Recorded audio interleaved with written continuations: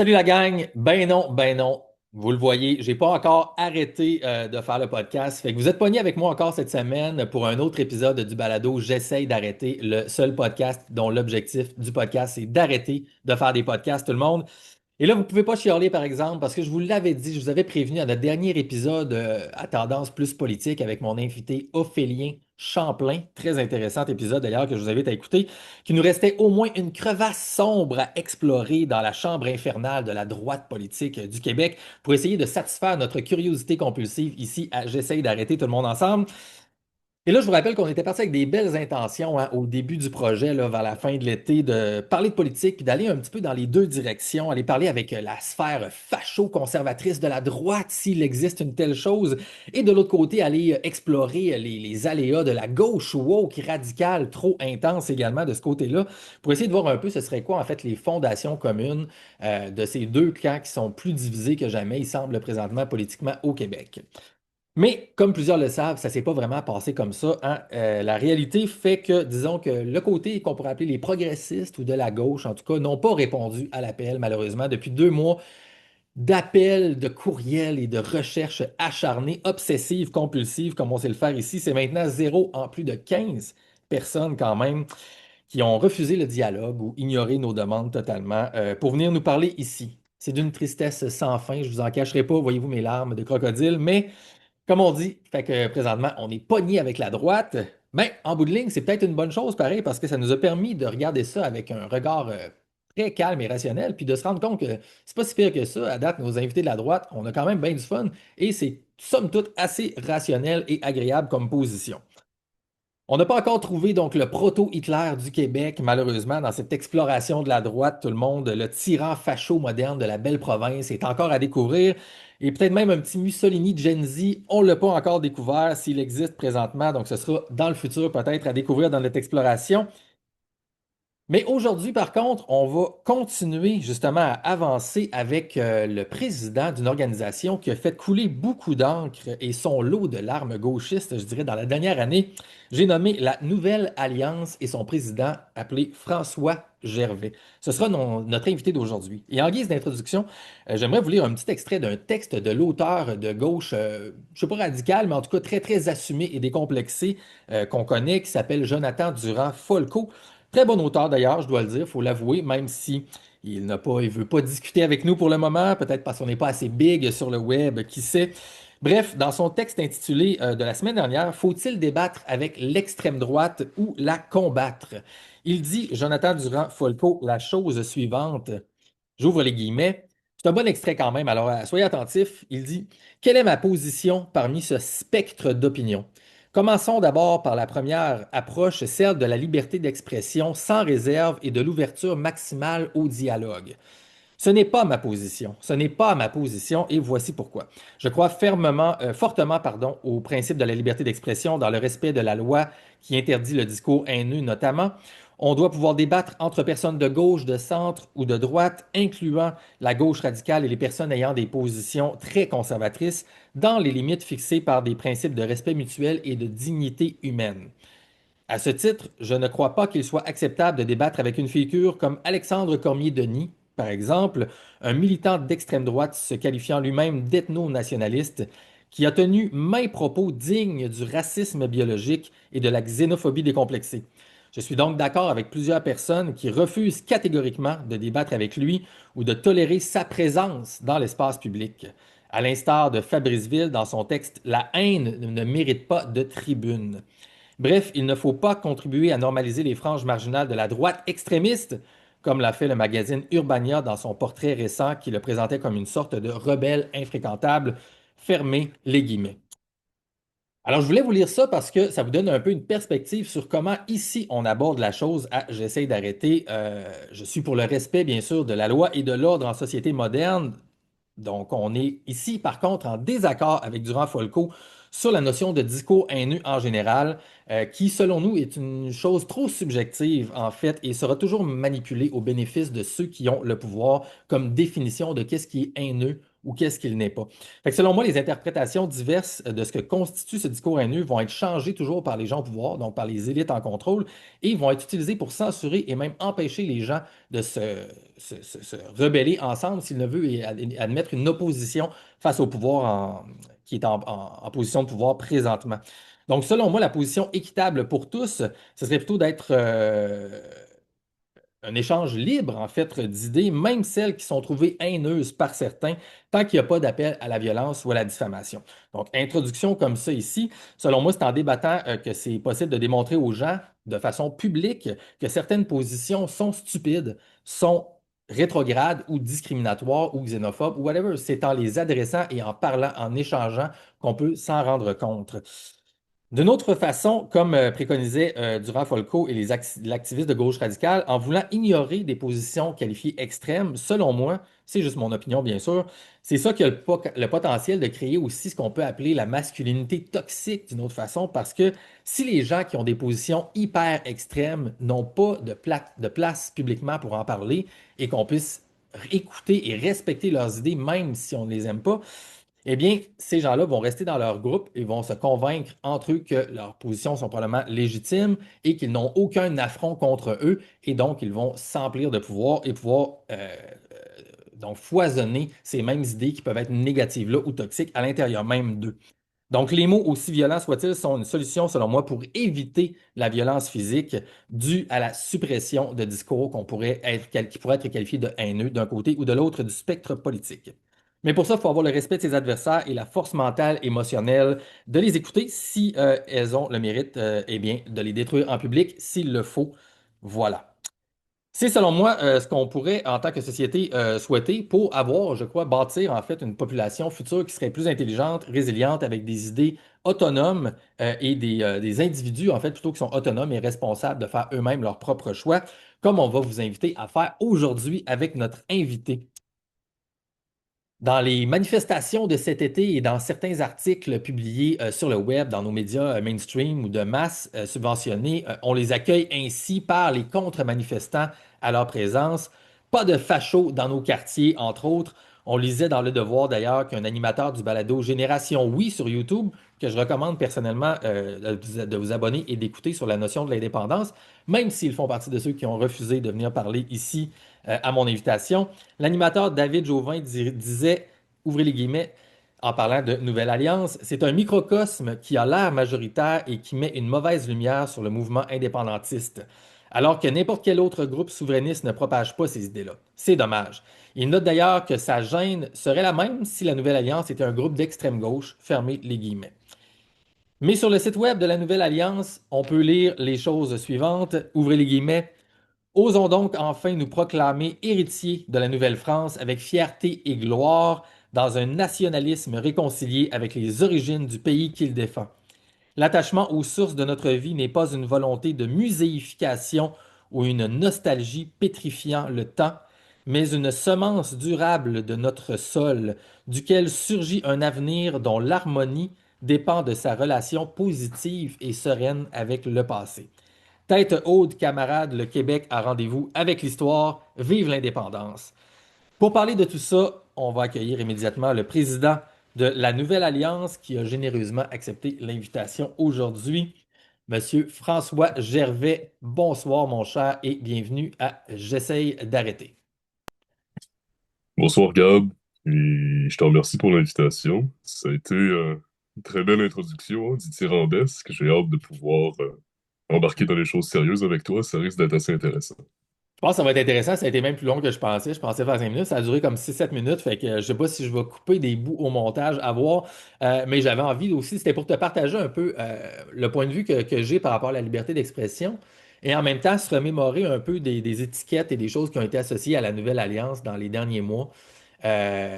Écoute, François, j'ai envie qu'on commence juste basic avant de parler de toi. Donne-nous un peu le message général de qu'est-ce que c'est la Nouvelle Alliance et selon toi, est-ce qu'il y a une légitimité aux étiquettes d'extrême droite qui vous sont accolées depuis plusieurs mois par toutes sortes de groupes là, et de médias à gauche et à droite? Bon, donc sur le message de Nouvelle Alliance, D'abord et avant toute chose, on est un mouvement indépendantiste. Puis, évidemment, je vais poursuivre, mais je mets quand même un point final à cette assertion parce que c'est le plus important. Il faut d'abord nous comprendre, il faut nous concevoir comme un mouvement indépendantiste québécois. À partir de là, ça explique beaucoup de choses. Parce que on nous a fréquemment fait la critique, comme quoi on se présentait comme étant ni de gauche ni de droite, comme quoi on essayait de surfer sur une sorte de confusion volontaire quant à notre essence, à nos prises de position, en nous concevant et en nous comprenant comme étant d'abord un mouvement indépendantiste. On comprend justement que pour nous, l'axe gauche-droite, c'est quelque chose qui est soluble dans l'indépendance du Québec. C'est quelque chose qui peut se coaliser et qui peut s'incarner momentanément, contextuellement, dans le combat pour l'atteinte de la souveraineté. Donc d'abord et avant tout, avant d'être de gauche, avant d'être de droite, avant de pouvoir nous accoler ce type d'étiquette-là, il faut nous concevoir comme étant des indépendantistes. Première chose, Gab, le plus important. Fait que quand les Ensuite, gens disent la phrase catchy qu'on entend, l'indépendance, c'est pas à droite, c'est pas à gauche, c'est par en avant, ça vous représente ça. ben, malheureusement, puis on l'attribue à Bernard Landry, là, cette citation-là. Malheureusement, c'est rendu peut-être un petit peu éculé comme affirmation, c'est-à-dire qu'on l'a tellement entendu que Ouais. ça perd un petit peu de sa portée symbolique, hein, ça impressionne plus personne comme citation, mais elle reste quand même bien réelle. L'indépendance, la liberté, la souveraineté nationale, c'est une vérité qui transcende les jeux électoraux et partisans du moment. Ok? C'est quelque chose qui revêt une importance supérieure. Donc oui, l'indépendance, en l'occurrence, n'est pas à gauche, n'est pas à droite. L'indépendance n'est pas le propre d'un parti politique. L'indépendance, c'est un horizon. Et un horizon qui nous apparaît comme étant indépassable, parce que si on n'y parvient pas, il y a un cadenassage de la politique québécoise et justement de nos leviers de pouvoir. Donc, long détour, nous sommes d'abord et avant tout un mouvement indépendantiste. Ça prend quelle forme, ça? Ça prend une forme militante au sens premier du terme, c'est-à-dire qu'on est un mouvement d'activistes de terrain. On fait du militantisme de terrain. Ça peut surprendre étant donné que les indépendantistes n'ont ont délaissé ce type d'action-là lors des dernières décennies. Les derniers grands mouvements activistes de terrain, bon, il y a eu le défunt RRQ, Réseau de résistance du Québécois, lors des années 2010, 2012, jusqu'à 2015, si je ne m'abuse. Euh, le plus grand exemple, là, l'exemple le plus éminent de notre histoire, c'est sans doute l'ORIN. Je me souviens d'une citation de Pierre Bourgault dans un documentaire qui dit: Ah, moi, quand j'étais président du RIN, je militais quelque chose comme 24 heures par jour. Je manifestais 24 heures par jour. Donc, on, on trouve qu'il y a une certaine noblesse dans une approche de l'indépendance qui a été peut-être un petit peu plus primordiale, un peu plus primitive. À l'époque où être indépendantiste, ça voulait vraiment dire quelque chose, dans ce sens où il fallait l'incarner physiquement, il fallait l'incarner par le risque, il fallait se compromettre. Dans le sens amélioratif du terme, il fallait faire le choix de l'indépendance à chaque jour, même si ça pouvait poser un certain nombre d'enjeux, que ce soit sur le plan personnel, sur le plan de la vie quotidienne, même dans les situations les plus regrettables sur le plan professionnel aussi. Mhm. Donc, nous devons tout aux pionniers de l'indépendantisme, nous devons tout au Pierre Bourgault de ce monde, nous devons tout à André d'Allemagne, à Marcel Chaput, nous devons beaucoup de choses à Raymond Barbeau, fondateur de l'une des toutes premières organisations indépendantistes lors de l'avant-révolution tranquille. J'ai nommé l'Alliance Laurentienne. Nous devons tout à Reggie Chartrand.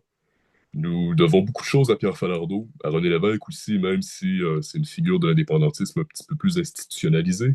Donc, ces pionniers-là qui ont pavé la voie à une époque où être indépendantiste et s'afficher comme tel pouvait impliquer la perte de son emploi et une, une forme d'exclusion sociale, une mort sociale, on leur doit beaucoup de choses. Et on tente de réactualiser leur mémoire, réactualiser leur héritage euh, par justement un militantisme de terrain, ce qu'on appelle un séparatisme de combat, notamment pour ne pas que l'indépendance devienne prisonnier de quelques affairistes, de politiciens confortables et bien au chaud. Parce que pour nous, l'idée de patrie et l'idée d'indépendance, c'est quelque chose qui doit être mobilisé par le peuple dans la rue. Il ne faut pas laisser le terrain aux partis politiques le mieux organisés ou à certaines personnes pour qui l'avancement, la carrière et le réseau d'affaires valent plus finalement que la force de conviction. Toutes ces raisons-là nous ont amenés à faire du militantisme de terrain. Nous avons une pulsion de jeunesse, nous avons la fougue de la jeunesse. On est essentiellement un mouvement de jeunesse. Donc, un mouvement indépendantiste qui milite sur le terrain. Je viens pas mal de te résumer notre nature, là. Maintenant, on peut s'en aller dans d'autres considérations parce que faut bien approfondir. Il y a plusieurs réponses, hein, aux grands enjeux de notre société. Il faut bien approfondir le politique un peu. On est un mouvement nationaliste, on est un mouvement identitaire. C'est quelque chose qu'on affiche et qu'on assume ouvertement. On est aussi un mouvement unitaire. Tout ça implique certaines définitions. C'est peut-être un petit peu pénible pour l'auditeur là, si je devais les exposer comme ça de manière magistrale, mais peut-être qu'on aura l'occasion d'y revenir. Maintenant, je pense. On va y revenir certainement parce que moi, je suis dans les définitions et je suis dans la précision des choses autant que possible pour qu'on se comprenne. Je pense qu'il y a des fois des tendances justement à éviter les définitions et à se perdre dans des mots qui manquent de précision souvent et les Ouais, gens se mélangent dans toutes sortes de choses. Que ce soit même juste définir la gauche et la droite, c'est pas évident pour tout le monde présentement, surtout depuis les 15 dernières années.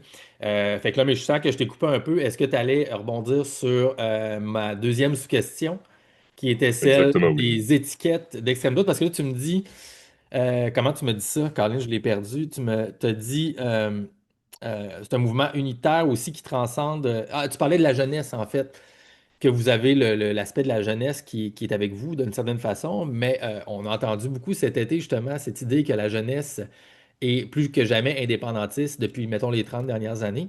Mais j'ai l'impression qu'on parlait pas de ta jeunesse à toi. Je sais pas pourquoi. Je me trompe-tu? On dirait qu'on parlait d'une jeunesse différente que la jeunesse nouvelle allianciste identitaire. Fait que parle-moi un petit peu de l'aspect gauche-droite versus la jeunesse de ton côté. C'est compréhensible. Je pense que Nouvelle Alliance a une démarche, une manière d'esthétiser son militantisme et peut-être même dans sa manière d'approfondir son discours. C'est quelque chose qui va toucher davantage à, grosso modo, un nationalisme de préservation, un nationalisme de conservation. Pour nous, le Québec, c'est une nation qui a bientôt 5 siècles d'existence. Le Québec ne se commence pas tout à fait à la Révolution tranquille. Ceci dit, est-ce que je suis en train de mobiliser des références culturelles qui sont populaires auprès de la jeunesse? Peut-être pas, peut-être moins. Je pense qu'on a une jeunesse qui est très exaltée par le changement, qui est susceptible d'apporter l'indépendance. On a une jeunesse qui nous plaise ou non d'en convenir, qui profite aussi peut-être de l'effet de mode que suscite l'indépendance, étant donné qu'on a vu un tas de créateurs de contenu sur les réseaux sociaux prendre l'idée, la publiciser et la rendre tendance, finalement, pour le meilleur comme pour le pire. Parce que un effet de mode, c'est extrêmement galvanisant, mais ça peut aussi passer de mode. Exact, exact. Donc, notre travail là-dedans, ça va être de donner une colonne vertébrale intellectuelle à cette jeunesse-là, de lui donner une échine intellectuelle pour ne pas que ça devienne finalement de l'aventurisme. Ah, on est indépendantiste parce que c'est de la posture, euh, parce que c'est ça, c'est un effet de mode, ok? Ouais, C'est un ouais. effet d'ascension sociale, ça nous fait bien voir, mais dans 2, 3, 5 ans, quand c'est passé de mode, ben on se tourne vers un autre combat. Il faut Pour que ça passe de mode à mouvement et ensuite de ça, idéalement, à culture quasiment, là, tu sais. exactement, et à culture, donc il faut absolument consommer la dite culture, il faut en produire, il faut réactualiser euh, l'idée, avec un I majuscule, du nationalisme québécois. Ça veut dire quoi aujourd'hui? On va où? Pourquoi? Euh, je veux pas du tout donner de fausses prétentions à mon organisation, mais en incarnant davantage une forme de droite classique, c'est-à-dire une droite de l'héritage, une droite de la filiation, une droite qui mobilise les ancêtres, qui exalte leur mémoire, une droite qui est peut-être un peu plus protocolaire dans sa manière de faire les choses. Pour nous, pas grand-chose de plus important que notre drapeau, que les symboles, justement, qu'on mobilise. Euh, Est-ce que c'est un type de démarche qui plaît, c'est la génération Z, je pense, là, la génération alpha ou la génération Z auquel on est rendu. Peut-être pas. Cependant, je suis d'avis qu'il faut considérer l'indépendantisme comme un écosystème. C'est-à-dire que s'il y a une frange de la jeunesse qui est davantage axée, attirée à gauche, ainsi soit-il, puis on aura des organisations, on aura des membres de la société civile, on aura des acteurs, on aura des partis politiques dont le travail sera de récupérer cette énergie-là, puis de la canaliser dans des organisations militantes indépendantistes. À l'inverse, si on a une certaine frange de la jeunesse, et cette frange-là est montante, on a eu droit, là, petite parenthèse, on a eu droit à euh, des dizaines d'articles de journalistes complètement affolés qui décrivaient la génération, notamment chez les jeunes garçons, la génération montante comme étant de plus en plus conservatrice. Ouais. Donc, si on a une frange de la jeunesse, frange montante, disais-je, qui est davantage axée vers la droite ou qui se politise davantage à droite, eh bien, je pense qu'on a le devoir, comme indépendantiste, d'avoir euh, des organisations disciplinées qui font ça proprement, des organisations droites dans leurs bottes, qui sont capables de récupérer, encore une fois, cette énergie-là et de l'investir dans la cause pour l'indépendance. Il faut voir ça comme un écosystème. Donc oui, on a des jeunes qui sont davantage attirés par les réminiscences hippies des Oui Québec, hein, pour ne pas les nommer, ou de d'autres organisations indépendantistes qui sont un petit peu plus conventionnelles. Maintenant, euh, je serais peut-être un peu cynique ou un peu ironique, mais suis-moi bien pour la suite des choses. À quelque part, si c'est pas tout le monde, si c'est pas tous les jeunes qui se reconnaissent dans une organisation militante, on peut presque dire tant mieux. D'un côté, on vous propose un investissement dans un parti politique dans lequel vous allez être reconnu par vos pairs, dans lequel vous avez une possibilité d'avancement, dans lequel vous allez sans doute être promu sur votre exécutif local, régional, peut-être même national, dans lequel, si vous faites suffisamment votre temps, vous allez peut-être pouvoir accéder à la députation un jour à l'Assemblée nationale ou je ne sais quoi. De l'autre côté, on vous propose une organisation plus jeune, à l'apparence un peu plus rebelle, j'ai nommé Nouvelle Alliance, C'est ça, ben là, où excuse-moi, là, tu parlais dans le fond du côté plus à gauche, si on veut, donc tu parlais du Parti québécois et de Québec solidaire, les deux organismes dans le fond, qui sont autour de notamment, ça. notamment. Ouais, OK. Donc, tu sais, pour, disons, le grand Excuse-moi, parapluie, je mets les mots sur ce que tu dis, là, je veux pas trop je personnifier comprends, ton je truc, comprends, mais je veux rien, je veux pas éviter de nommer quoi que ce soit, là, c'est pas ça le but, mais disons le grand ouais. parapluie des organisations qui justement sont plus institutionnalisées, les partis politiques, des mouvements de la société civile, etc. Donc, d'un C'est côté, on a intéressant ça. parce que, ouais, ça, De- puis là, tu allais dire d'un côté, de l'autre côté, quelque chose de plus rebelle comme vous, alors qu'en général, suis-moi l'aspect bien. rebelle est à gauche. Fait que là, je trouve ça le fun que tu amènes ça de cette façon-là. Oui, mais ça veut plus rien, ça veut plus rien dire aujourd'hui. Ce paradigme-là est complètement dépassé, là. Je pense que la droite traditionnelle, c'est une nouvelle forme de culture punk, mais on en reparlera. Good. Donc, d'un côté, on a la respectabilité, on a des possibilités d'avancement, on est reconnu par nos pairs, on est valorisé. De l'autre, on a un mouvement qui est plus rebelle, qui est peut-être un petit peu plus dur en apparence, qui va littéralement suer du sang pour, pour être un peu provocateur dans mon expression, à, faire des opérations d'agitation propagande n'importe où, n'importe quand, à déployer des bannières avec de la pyrotechnique, à faire des manifestations où justement on va aller donner un bon coup de bâton dans le nid de guêpe, évidemment de manière intelligente, toujours. Euh, dans les deux, pour un néophyte qui s'intéresse à la politique, c'est sûr qu'il y a la fougue de la jeunesse, il y a une forme de virilité qui pourrait se retrouver davantage dans une organisation un petit peu plus rebelle comme Nouvelle Alliance, mais je pense que globalement, on pourrait être attiré par des formes d'organisation qui proviennent davantage des institutions parce que c'est plus confortable et c'est plus respectable aussi, et c'est correct comme ça. Ce qui est fondamental, ce qui est essentiel pour ne jamais perdre de vue l'objectif, c'est de savoir bien clairement où est-ce qu'on se positionne dans tout ça. Il faut concevoir l'indépendantisme québécois comme étant un écosystème. En ce sens-là, il ne faut pas délaisser un champ d'action, il ne faut pas délaisser une frange de la population ou de la jeunesse qui pourrait être tentée de s'investir dans le projet d'indépendance. Est-ce que, mis à part Nouvelle Alliance, on peut identifier un groupe militant, jeune, qui est qualifié comme étant davantage à droite? Je pense pas. Je pense pas. Les indépendantistes d'aujourd'hui sont davantage dans le paradigme social-démocrate hérité de la Révolution tranquille. Les indépendantistes peinent à en sortir, pour le meilleur comme pour le pire, parfois surtout pour le pire. Donc, oui, ça nous prenait une organisation qui soit un peu plus dans la tradition et dans la longue mémoire canadienne-française, puis qui fasse un petit peu plus de militantisme de terrain. Mis à part nous, il n'y en a pas, il n'y en avait pas, et simplement par cette considération-là, je trouve que ça légitimise amplement notre existence. Excellent, en fait, merci beaucoup parce que là, ça me donne vraiment justement une bonne idée des valeurs premières, sous la hiérarchie de valeurs, tu sais, de vraiment mettre l'aspect indépendance au centre du truc. C'est, comme tu dis, moi je pense que c'est super important en fait pour comprendre le truc.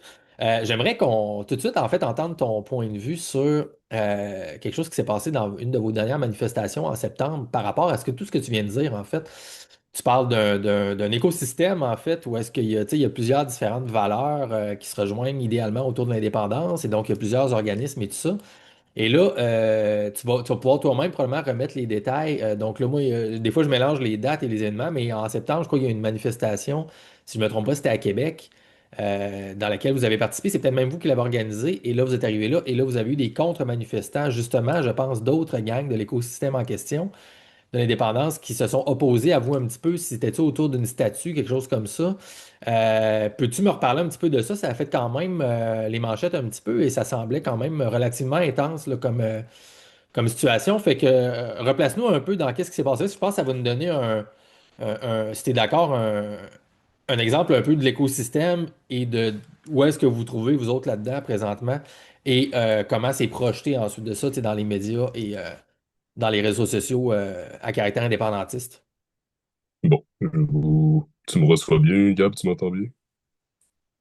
Parfait, excellent. Je vous ai parlé d'écosystème, c'est ma vision de la chose. Ça ne veut pas dire que le dit écosystème est harmonieux. Ça ne veut pas dire non plus qu'il est parfait. Non, mais, tu sais, on est le 20 septembre 2025. Oui, effectivement, c'est mon organisation Nouvelle Alliance qui organise la marche de l'indépendance à Québec. C'est ça. On a eu droit, ouais, on a eu droit à une vague de contre-manifestants provenant du dit écosystème indépendantiste. Donc, pour ne pas les nommer, ça serait leur faire trop d'honneur, provenant des Oui-Québec, essentiellement, provenant de comités indépendantistes locaux qui venaient de divers cégeps et universités. Donc oui, c'était au Jardin Jeanne d'Arc. On devait se diriger et terminer la marche sur la place Royale, dans le Vieux-Québec. Finalement, la marche n'a pas eu lieu. On a été cerné par environ 300 contre-manifestants, dans lesquels figuraient plusieurs antifas, donc des gens tout en noir, masqués, cagoulés. Euh, la manière dont ça s'est passé, c'est que à partir du moment où j'ai pris le micro pour haranguer nos troupes, leur dire que ce qui se passait tout autour, c'était- ce n'était que du bruit. Il fallait sourire devant l'adversité, il fallait tenir bon, il fallait tenir ferme, puis qu'on était là pour rester. C'est à ce moment-là qu'on s'est fait enterrer, justement par des cris, des injures, des insultes, essentiellement. Je me rappelle une image, une image assez grotesque. Là, en face, on avait un trompettiste qui était là justement pour couvrir nos discours. Oui, je te vois rire, c'était vraiment surréel.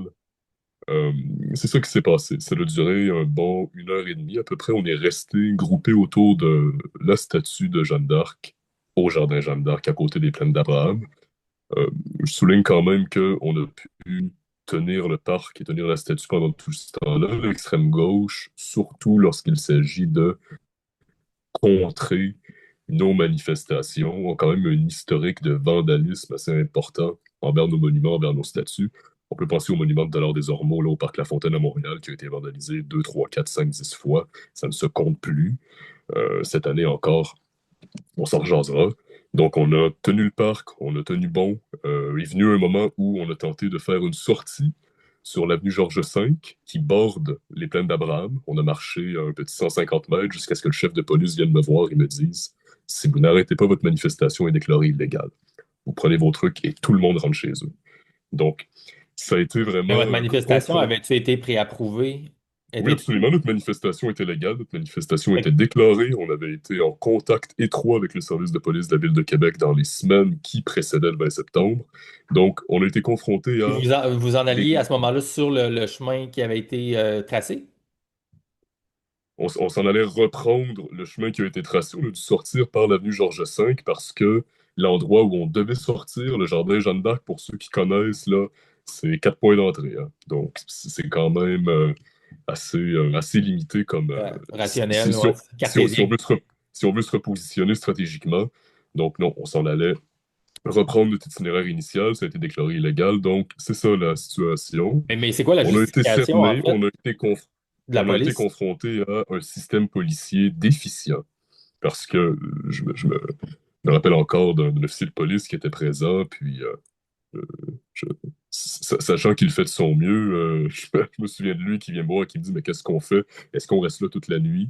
Là, tout le monde prend ses trucs et tout le monde rentre chez eux, alors qu'on avait déclaré notre manifestation, je le rappelle, au préalable, puis qu'on nous a tout simplement empêchés de manifester.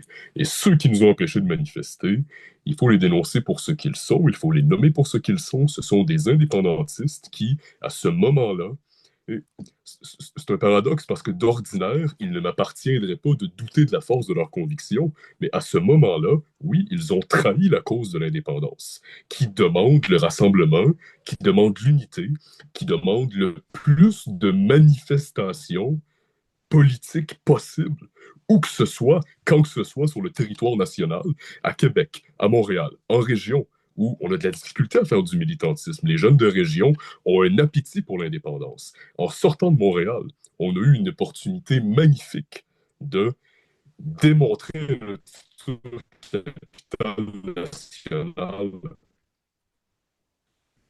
en fait la future capitale du pays québécois, que l'indépendance, la jeunesse la portait à bout de bras. On a eu même des membres du public, c'est pas seulement des membres de Nouvelle Alliance qui étaient présents, on a eu des membres du public qui étaient très exaltés, qui étaient très excités par le moment, parce qu'ils s'apprêtaient de vivre. On a eu des jeunes familles qui se sont mobilisées auprès de nous pour marcher à nos côtés. On a eu droit à un rassemblement qui a menacé la sécurité et l'intégrité physique de nos participants. Je me rappelle des membres des Oui Québec qui étaient présents avec des pagaies, tu m'as bien entendu, avec des pagaies. Donc, normalement, on utilise ça pour faire du canot, de la chaloupe, que sais-je. Il y avait des pagaies, là, comme ça, autour de nous. Bon, à quoi bon? Est-ce que c'est pour nous... est-ce que c'est pour nous tasser d'un coup de rame ou pour... est-ce que c'est pour se donner une allure de guerrier de la rue?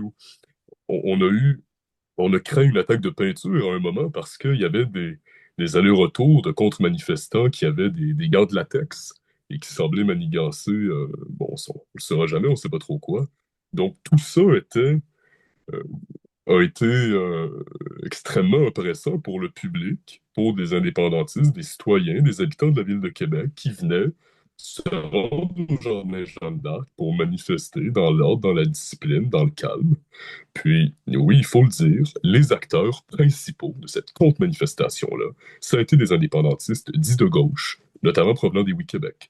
Puis, quelques jours après, qu'est-ce qui s'est passé? Quelques jours après, les Oui-Québec annonçaient une marche de l'indépendance qui allait se tenir à Montréal. Donc, saboter et torpiller la marche originelle qui a été organisée par Nouvelle Alliance, récupérer l'idée et se l'approprier pour la tenir finalement à Montréal. Donc, c'est ça. Ça a été, à mon sens, assez dommageable pour l'unité du mouvement indépendantiste. Puis, si tu veux mon avis, c'est vraiment...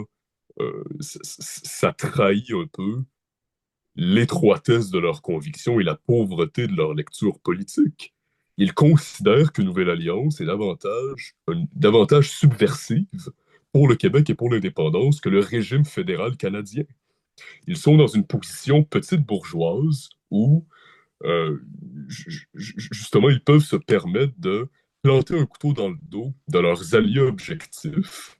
Ils peuvent se permettre de torpiller, de saboter et de piler à pieds joints sur des acteurs de l'indépendance qui partagent pas nécessairement leur vue sur toutes les questions qui entourent la politique au Québec. Et en attendant, eh bien, les fédéralistes sont morts de rire. En attendant, le régime fédéral, eh bien, il poursuit dans sa démarche d'assimilation. Donc, c'est ça, c'est vraiment, c'est un indépendantisme de posture, c'est un indépendantisme inconséquent. Ça a été une trahison qu'il va peut-être falloir pardonner un jour, mais pour l'instant, on s'en souvient. OK? Donc c'est ça la situation. Ah, c'est assez incroyable, en fait. Moi, je suis flabbergasté, comme on dit en bon québécois, de cette situation-là, tu sais, parce que tu vois ça passer, ça l'a fait du bruit, mais je ne sais pas à quel point ça l'a ressorti plus dans la masse, parce que moi, évidemment, avec mes algorithmes, mes réseaux sociaux, je suis quand même biaisé. Quand je m'intéresse à des sujets, là, tu sais, je suis bombardé de gauche et à droite dans mes algorithmes, mais c'est quand même quelque chose qui m'a marqué à quel point j'ai trouvé que c'était triste, vraiment triste et dommageable à la, à la cause en général. Laisse-moi te poser deux petites questions rapides. Premièrement, te souviens-tu à cette date-là, est-ce que les Antifas avaient déjà été déclarés aux États-Unis comme un groupe terroriste interne? Ça te dit-tu quelque chose? T'es au courant? Oui, absolument, c'est une bonne question. Il me semble que oui. Je ne veux pas t'induire en erreur, mais il me semble que oui. C'est une info qui Il me date d'il semble y a que c'était en septembre, mais je suis à peu pas près certain deux non mois. plus. Ouais, Ouais, je c'est ça. pense que oui. En tout cas, c'était dans le même temps, tu sais.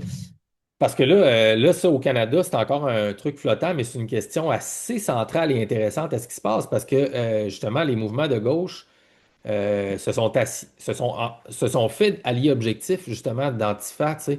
Et si advenait que c'est effectivement quelque chose qui est organisé et qui a des tendances terroristes pour de vrai, et que c'est pas juste une folie trumpienne passagère, c'est quelque chose qui va demander beaucoup d'introspection à la gauche un petit peu. Je ne sais pas si la notion Antifa, selon toi, c'était-tu en fait de ton expérience, évidemment, c'est dur de connaître les intentions des gens. Est-ce que, mettons, ceux que tu voyais qualifiés d'Antifa étaient à part un groupuscule qui se sont joints au Oui Québec et tout ça parce qu'ils ont entendu parler de la manifestation ou si tu voyais que c'était quasiment, ils faisaient partie du même groupe, en fait, est-ce que tu as eu une impression quelconque de ça que tu sens réaliste? Et les forces en face de nous étaient bel et bien coalisées. Puis oui, ça se mélangeait, ça fraternisait très bien. Il n'y avait pas une distinction nette entre les groupes et les blocs qui étaient là, si c'est ça ta question. Donc, oui, il y avait vraiment une perméabilité entre, contextuelle, là, cette journée-là, entre les Oui-Québec, puis entre les antifas qui étaient présents. Oui, absolument.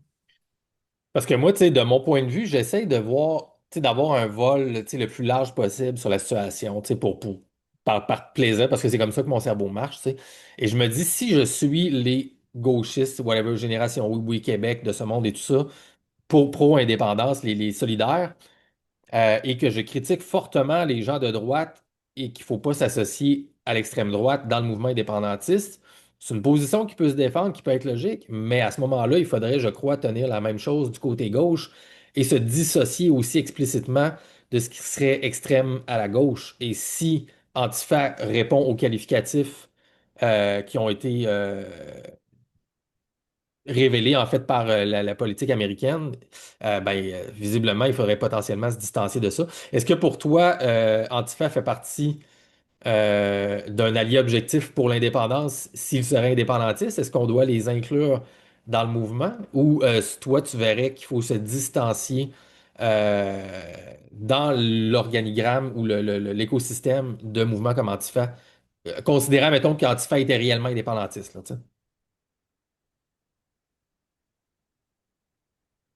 Premièrement, quand on parle, il faut toujours en parler avec des pincettes parce que c'est extrêmement difficile de définir la mouvance antifa comme étant un bloc monolithique. On a des anarchistes, on a des communistes, on a des gens qui pratiquent ce qu'on appelle vulgairement le ninisme, donc ni Québec ni Canada, donc tout simplement pas d'État, des gens qui veulent renverser l'État-nation, des gens qui, bon gré mal gré, sont peut-être un peu plus modérés dans leur antifascisme, c'est-à-dire qu'ils vont pouvoir se retrouver dans des partis politiques plus institutionnels, des gens qui vont participer aux élections. Parce que, rappelons-le, les abstentionnistes chez les antifas sont quand même assez présents, pour ne pas dire majoritaires. Donc, c'est vraiment, c'est un noyau qui est très, très, très éclectique. Mais si on voulait vraiment simplifier la question et prendre Antifa pour ce que c'est objectivement, c'est-à-dire un réseau d'extrême gauche qui a une historique de violence politique assez, mon Dieu, qu'on ne présente plus, là. OK? Puis une historique de censure. Euh, oui, je pense que il appartient aux indépendantistes de revoir un peu leurs priorités à ce niveau-là et de revoir leur jeu d'alliance. Il faut savoir aussi, il faut savoir de qui on parle. Donc, à l'époque où Nouvelle Alliance n'existait pas, ok, on parle des années 2012, 2013, 2014, 2015, se tenait à l'époque la fameuse Marche des Patriotes. Ok? Il y a la Journée nationale des Patriotes, le troisième lundi du mois de mai. On a toujours une grande marche, une grande manifestation indépendantiste à Montréal. Pour élément de contexte, c'est des marches qui se faisaient, euh, qui, c'est des marches elles ne se faisaient pas saboter, mais elles se faisaient attaquer. Les participants se faisaient indisposer par des antifas isolés qui venaient s'en prendre justement à la marque et au message, qui quand même qui demeure un message nationaliste. En 2018, on se rappelle, le Parti québécois tenait sa soirée électorale, octobre 2018, pour les élections qui avaient lieu ce soir-là. Le Parti québécois tenait sa soirée électorale à l'usine C, qui est une grande salle, un grand complexe à Montréal. Euh, Ouais, ouais. les participants, les civils, les pères de famille, les mères de famille, les enfants qui les accompagnaient cette soirée-là, sont repartis dans les gaz lacrymogènes parce que une bonne centaine d'anarchistes, d'antifa, étaient venus leur souhaiter, je cite, joyeuses funérailles. Ok, ça, c'est quelque chose qui est documenté, c'est quelque chose qui a été diffusé, qui a été partagé massivement sur des réseaux antifa. C'est quelque chose dont la mouvance antifa montréalaise s'est enorgueillie, qui était fière de leur coup. Donc, ben, à cette époque-là, une Nouvelle Alliance n'existait pas. Le message que les indépendantistes doivent comprendre et que je veux leur faire passer, c'est que si ce n'était pas nous à ENA, ce serait vous, ok, d'une manière ou d'une autre. Ces gens-là, ils en veulent au principe d'État-nation. Ces gens-là en veulent au principe d'État-nation et au fait qu'une majorité historique puisse, oui, y imposer euh, ses droits, ses doléances et les appalaches de son identité. En l'occurrence, les Québécois veulent que au Québec, la langue des affaires, la langue du travail, veulent que la langue des services publics soit le français. Au Québec, on a un drapeau qui nous ramène à une certaine histoire, à une certaine primauté du caractère français dans notre histoire. Les antifas en veulent à ce fait-là. Ils en veulent au fait, au principe qui fonde l'État-nation et l'identité collective. Si ce n'était pas nous, ce serait vous. OK?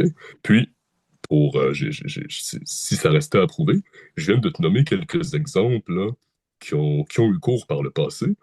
Donc, oui, les indépendantistes devraient peut-être faire un examen de conscience, revoir les anecdotes un petit peu déplorables des dernières années, des moments où Antifa s'en sont pris à des manifestations indépendantistes qu'on pourrait qualifier comme étant parfaitement légitimes, qu'on ne pourrait pas particulièrement qualifier comme étant de droite.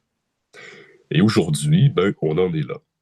Donc, je pense que les indépendantistes de gauche ont davantage la trouille des antifas. Je pense que ce qui les trahit, c'est davantage une trouille profonde des antifas et de leur capacité de nuire, plutôt qu'une adhésion réelle à leur projet. Je Hmm. pense que les indépendantistes de gauche savent pertinemment que s'ils les excluaient de, du projet d'indépendance, dans la mesure où on considère que les antifas ne s'en excluent pas eux-mêmes, Ouais. je pense que si les indépendantistes de gauche refusaient une bonne fois pour toutes de leur serrer la main, ils savent que, ben, si tu me permets l'expression, c'est eux qui passeraient au bat. Il se retournerait contre eux, OK? probablement, tu sais. Donc, on est un... Oui, exactement. Donc, on est un petit peu Ouais. dans un moment où on a des indépendantistes qui obéissent, qui se plient à la loi du plus fort, ou à ce qu'ils considèrent comme étant la loi du plus fort. Puis, ils en viennent à faire le genre de singerie là, qu'on vient de raconter, qu'on vient de décrire. Empêcher une marche de l'indépendance sous prétexte que les indépendantistes qui l'organisent seraient trop à droite. Donc c'est vraiment, c'est vraiment le dindon de la farce. J'ai hâte de voir le fameux point de rupture où des organisations comme la mienne, fortes de leur maturité, de leur expérience, fortes de leur accroissement, de leur membrariat, euh, vont venir justement occuper une place de plus en plus importante dans l'écosystème indépendantiste et où les indépendantistes de gauche vont devoir peut-être présenter leurs excuses ou peut-être justement revisiter un peu ce qu'ils considèrent comme étant une manifestation acceptable ou inacceptable de l'indépendantisme.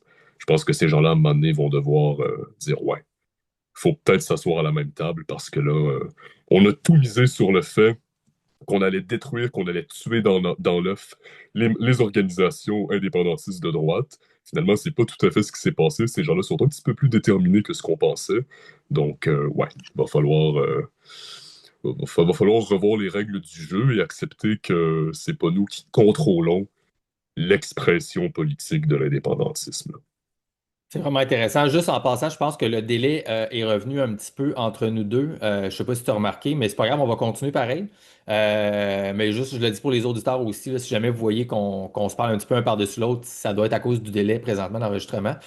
Euh, Écoute, je trouve ça super intéressant tout ça, tu sais, puis encore une fois, j'essaie de regarder ça dans les, mettons, 10-15 dernières années auxquelles j'ai suivi, tu sais, moi, de mon côté, avec le podcast et tout ça, je fais ça depuis, ça fait 8 ans, là, plus que ça, ouais, non, 9 ans, à temps partiel, tu sais, puis j'essaie de chercher dans mon historique au Québec, en fait, parce que, évidemment, tout ce quand on vous accuse d'être d'extrême droite, d'être nazi, d'être facho, ça vient toujours avec une anticipation de violence, de tyrannie et de censure et de totalitarisme. En fait, tu sais, c'est vraiment ça qui est sous-jacent à ces insultes-là.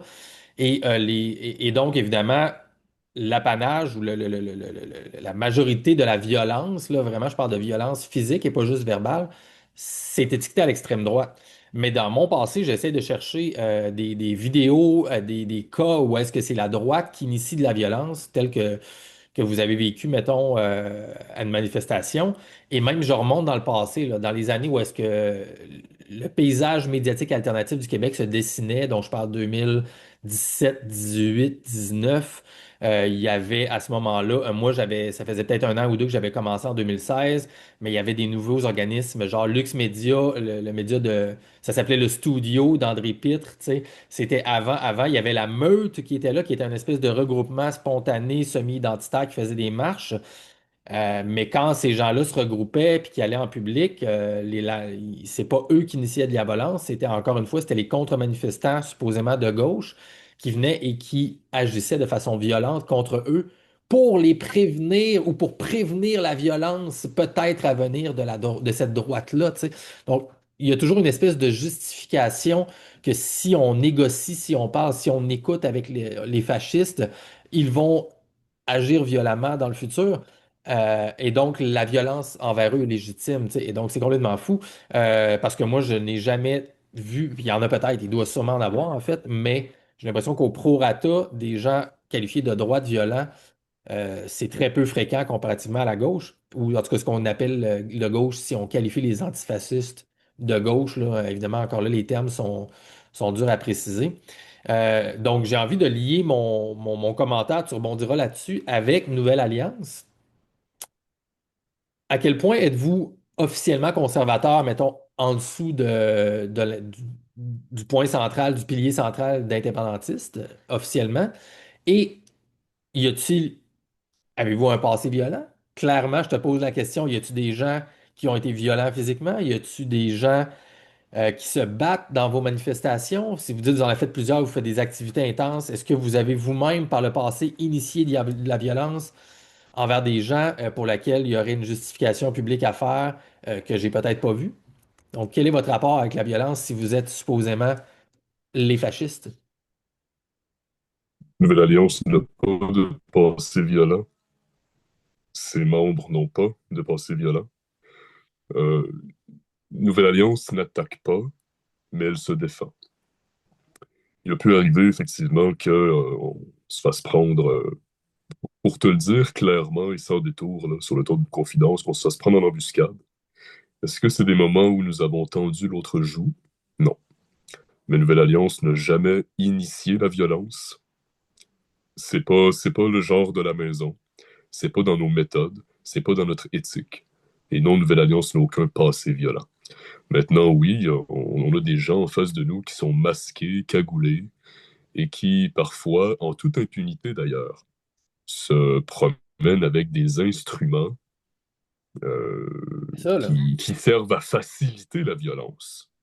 Ce que j'ai besoin de les nommer, des bâtons télescopiques, des poings américains, du poivre, ce genre de choses. Donc, dans cette situation-là, est-ce qu'on doit s'attendre au pire, puis est-ce qu'on doit s'y préparer? Oui, évidemment. Puis c'est même, là, je parle comme président de l'organisation, c'est même une responsabilité pour nous. On va convier les citoyens, on va convier nos membres à nos événements, des membres qui parfois, et des citoyens, qui parfois viennent de toutes sortes de milieux et de toutes les tranches d'âge aussi.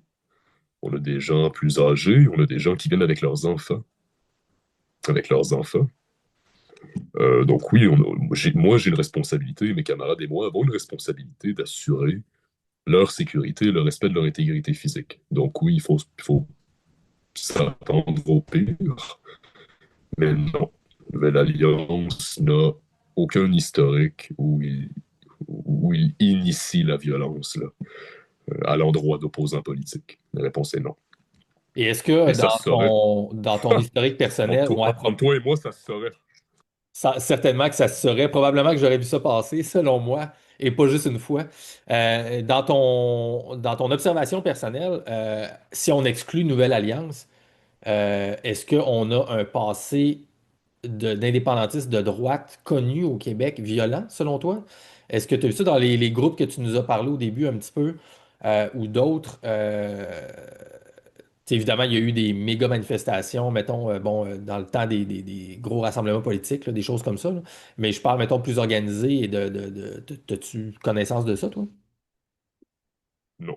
Les dernières violences politiques qui directement concernent l'indépendance du Québec, ben, c'est les attentats commis par le Front de libération du Québec. Mais là, on remonte aux années 70. Ouais. Après ça, à ma connaissance, puis je sais quand même deux ou trois choses sur l'histoire du Québec. Non, il y a pas une historique récente de violence de la part des indépendantistes. Ah, pardon. Écoute, si tu aimes les détails et peut-être les faits amusants, là, les faits obscurs dont pas tout le monde est au courant. Il y a eu le fameux Mouvement de libération nationale du Québec, fondé par, ah, comme c'est bête, je l'ai sur le bout de la langue, Raymond Villeneuve. Merci. Raymond Villeneuve, un ancien felkiste. Mouvement de libération nationale, là, le MLNQ, c'est né après le référendum de 95. Des indépendantistes plus radicaux qui croyaient qu'il fallait revenir aux bonnes vieilles méthodes, entre guillemets. Donc oui, là, on a pu assister à des opérations un peu plus, des opérations moins conventionnelles, mais c'est resté extrêmement marginal. Ça n'a existé que quelques années durant. Tout ça était très officieux. Donc non, l'indépendance n'a pas vraiment une historique de violence, non. Hmm. Au Puis Québec du moins. pour clore un peu sur ce sujet-là, parce qu'en fait, merci, je trouve que c'est quelque chose qui était vraiment important d'adresser, à moins qu'il y ait d'autres choses que tu veux parler par rapport à la question Antifa versus l'association avec le mouvement indépendantiste. Je voulais te demander, en fait, t'as peu, mon Dieu, j'ai perdu mon idée. Allez, ben, juste vite comme ça, t'avais-tu autre chose que tu veux rajouter par rapport à ça? Et on a fait le tour pour moi, Ouais, là. ok, parfait. Colin, j'ai perdu mon truc. Mais en tout cas, c'est pas grave, ça me reviendra s'il y a de quoi. Je voulais en fait te redemander, tu as parlé tantôt 2012, 2013, 2018, et là, Nouvelle Alliance n'existait pas encore. Fait que parlons un peu plus, juste généralité, Nouvelle Alliance, la fondation, quelle année? Est-ce que c'est toi qui as pris cette initiative-là personnelle? Et qui sont les membres qui ont créé ça et ça venait d'où en fait cette idée-là, mettons la genèse de la Nouvelle Alliance? Oui, on s'est fondé un soir de mars 2022. Ironie de l'histoire, on s'est fondé dans les locaux de la Société Saint-Jean-Baptiste à Montréal. On pensait que ça nous prenait un endroit avec du beau bois, quelque chose de noble, Pour ceux qui n'ont jamais eu l'occasion de se rendre au 82 Sherbrooke-Est, là, je le dis puisque c'est ouvert au public par moment, les bureaux de la Société Saint-Jean-Baptiste de Montréal, c'est vraiment à faire. Très bel endroit, très auguste, c'est très inspirant, là. Ça exalte les valeurs patriotiques. Ah, cool. Fin de la parenthèse, on est en mars 2022 avec un groupe de camarades, on fonde une nouvelle alliance. On a, ça reste très petit, très modeste au début, mais je pense que c'est important de se rappeler de nos origines. On a une belle fourchette entre 20 et 30 indépendantistes là, bien convaincus qui sont rassemblés ce soir-là. Écoute, mes camarades et moi, puisque je suis cofondateur, je suis pas le seul et unique fondateur là, OK. faut bien donner le crédit à ceux qui travaillent d'arrache-pied à mes côtés depuis toutes ces années. Ouais. Mes camarades et moi, là, nous qui avons cofondé ENA, on avait déjà fait nos premières armes dans des partis politiques. On avait fait nos premières armes au Parti québécois, au Bloc québécois, même à l'éphémère mouvement des jeunes souverainistes sur les réseaux sociaux. C'est une référence un peu nichée. J'espère que quelques auditeurs sauront de quoi je parle. Ouais, ouais. Moi, je On me a souviens. Ouais. Ah, merveilleux, merveilleux. Puis, waouh, quel mouvement là, qui a pu déployer un beau momentum à part de ça. Mais bon, ça s'est effondré sur lui-même. On a pu aussi militer brièvement au sein de la Société Saint-Jean-Baptiste de Montréal. Pendant un temps, j'ai été sur l'exécutif du Conseil jeunesse de la SSJB. Puis, dans toutes ces organisations-là, nous ne retrouvions pas ce que nous cherchions en termes de militantisme. Écoute, je ne veux pas trop radoter ou répéter ce qui a déjà été dit, mais on a passé, lors du premier segment de l'émission, on a quand même passé un certain temps sur l'éthique militante qui se déploie à ENA, donc quelque chose d'un peu plus frondeur, euh, quelque chose d'un peu plus radical, mais justement toujours dans le sens amélioratif. On sait que étymologiquement, radical, ça veut dire ce qui revient à la racine. Donc un militantisme plus radical, un militantisme qui soit débarrassé des oripeaux de la respectabilité. On était fatigué d'enchaîner les bières et politiques, on était fatigué d'enchaîner les soirées mondaines, on était fatigué d'être confortablement assis sur de beaux fauteuils dans des locaux chauffés, dans les locaux de nos exécutifs respectifs. On en avait assez, c'est ça, des soirées cocktails, tu vois. Puis on avait envie, on avait de l'énergie à revendre, on avait de la fougue à canaliser. Puis on voulait s'inspirer de mouvements activistes tels que, tels qu'il peut s'en présenter chez les mouvements écologistes. D'ailleurs, on aime beaucoup se présenter comme une espèce de Greenpeace de l'indépendance. Euh, Tel Intéressant. qu'il peut se J'aime ça. présenter aussi chez certains patriotes européens. On sait qu'en Europe, il y a une culture militante et une culture de la grande politique qui est un petit peu plus développée qu'au Québec. Donc, tous ces ingrédients-là réunis ont fait en sorte que, eh ben, on s'est retroussé les manches, puis on s'est doté d'un logo, on s'est doté d'un nom, on s'est doté d'une équipe, d'un premier exécutif, d'un premier conseil central, et on a été de l'avant, on s'est fondé, puis le reste c'est l'histoire qu'on connaît bien, ou Le pas, reste est je sais pas, l'histoire. on Ouais, c'est ça. développera. Ben, et Le reste est qui l'histoire, c'est continue ça, de s'écrire, en fait, qu'on va découvrir de plus en tout plus, à fait. probablement.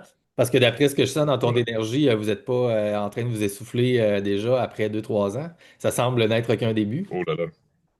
On a tellement de projets, si tu savais. Puis c'est un beau problème, mais on a trop de projets, on a un cahier des charges qui est épais comme ça, puis on se fait je suis en train de dévoiler là un peu le modus operandi à l'interne, mais ça ne me gêne pas.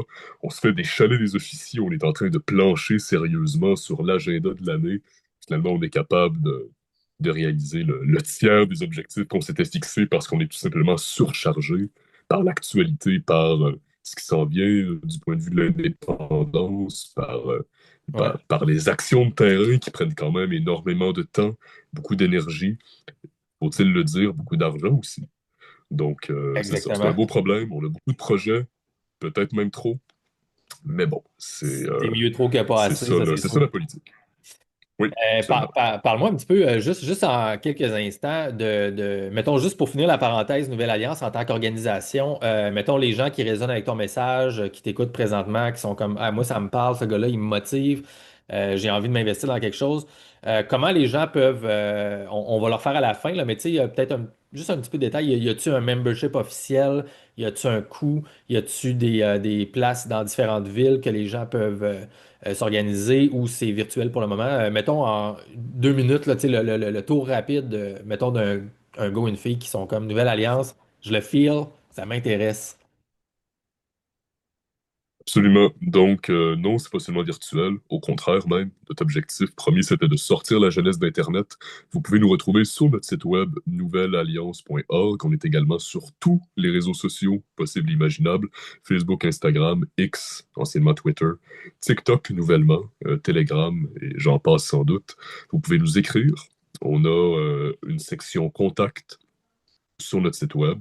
On est organisé en 3 sections militantes. Une à Montréal, une à Sherbrooke et une à Québec.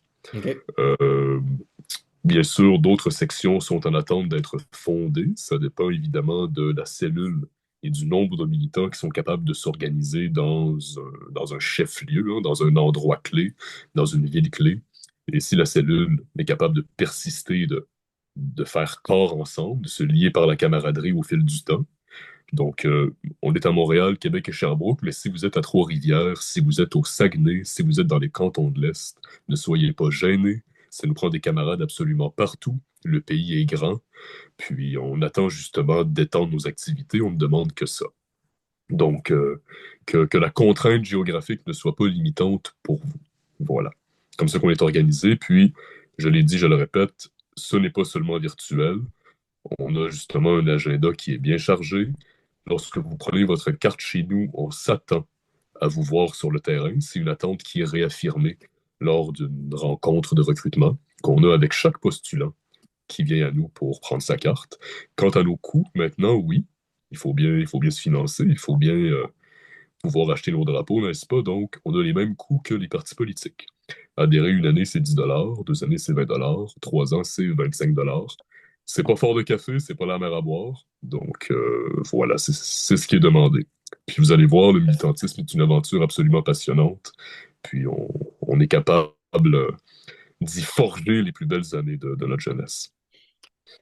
Non, ben, tu sais, justement, écoute, j'ai pas à refaire, tout le monde a entendu, là, tu sais, toute la question des écrans, du temps passé sur les réseaux sociaux, la déconnexion avec le monde réel des 2 dernières Ah oui, générations et des enfants d'aujourd'hui. Donc, l'idée de s'impliquer, peu importe c'est quoi.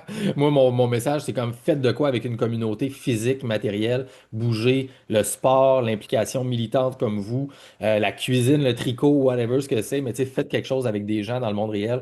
Ça, c'est clair que c'est super important. Fait que si ça peut être ça pour la cause, en plus de l'avenir du Québec, tant mieux. J'aime ce que tu me dis, en fait. Puis le dernier segment, c'est le fun parce que, encore une fois, de comment je regarde ça, je trouve qu'il y a aussi matière positive à avoir une compétition finalement à l'intérieur de l'écosystème indépendance. Donc, si je prends ça, si je revire ça d'un côté compétiteur au lieu d'opposant, l'idée de faire, ben, on met la coche haute en termes d'organisation, en termes d'aspect de clarté, d'efficacité, de production d'événements et aussi de pacifisme, sauf lorsque provoqué. Donc, vous n'aurez pas le choix probablement de mettre. Ça va mettre une pression, en fait, sans que vous ayez à mettre de pression supplémentaire sur les autres mouvements de l'écosystème pour faire OK, ben, tu sais, parce que si vous continuez comme ça dans le temps, les médias et ces groupes-là ne pourront pas faussement vous étiqueter de comme ils le font présentement pendant des années. Tu sais. Ils vont pouvoir le faire, mais amener la population, là, déjà qu'on est en train de s'essouffler au niveau de ce qu'on appelle le wokisme. Là. Donc, les étiquettes ne pourront pas coller indéfiniment, selon moi, comme ça ici. Parce qu'à moins que tu m'aies menti depuis le début de l'émission jusqu'à date, ben, vous ne semblez pas répondre vraiment aux critères de proto-fasciste comme je le vois. Mais on va explorer ça un petit peu plus dans les idées de fond. Fait que juste avant, François, si tu veux bien, on va faire le dernier switch. Puis on va se reconnecter, puis ça va être notre dernier bout, puis on va finir avec une question un peu plus sur les valeurs, puis l'indépendance en tant que telle. excellent. On fait Ça te ça. va-tu? Ben Good. oui, Fait absolument. on y va, je ferme ça, puis on revient. All right. Donc, ouais, c'est ça. Donc, comme je disais, à moins que tu m'aies menti depuis le début, selon moi, c'est ça, vous mettez une pression intéressante, je pense, en fait, dans le mouvement indépendantiste. Et c'est une bonne chose parce que là, on arrive justement dans un cycle politique où on a déjà entamé finalement ce cycle politique-là qui a ranimé toute la question de l'indépendance, qui l'a ramené à l'avant-plan. Donc, je voulais voir un peu avec toi, comment est-ce que tu vois la question du Parti québécois? euh, par rapport à l'élection à venir, le provincial, bien sûr, l'année prochaine.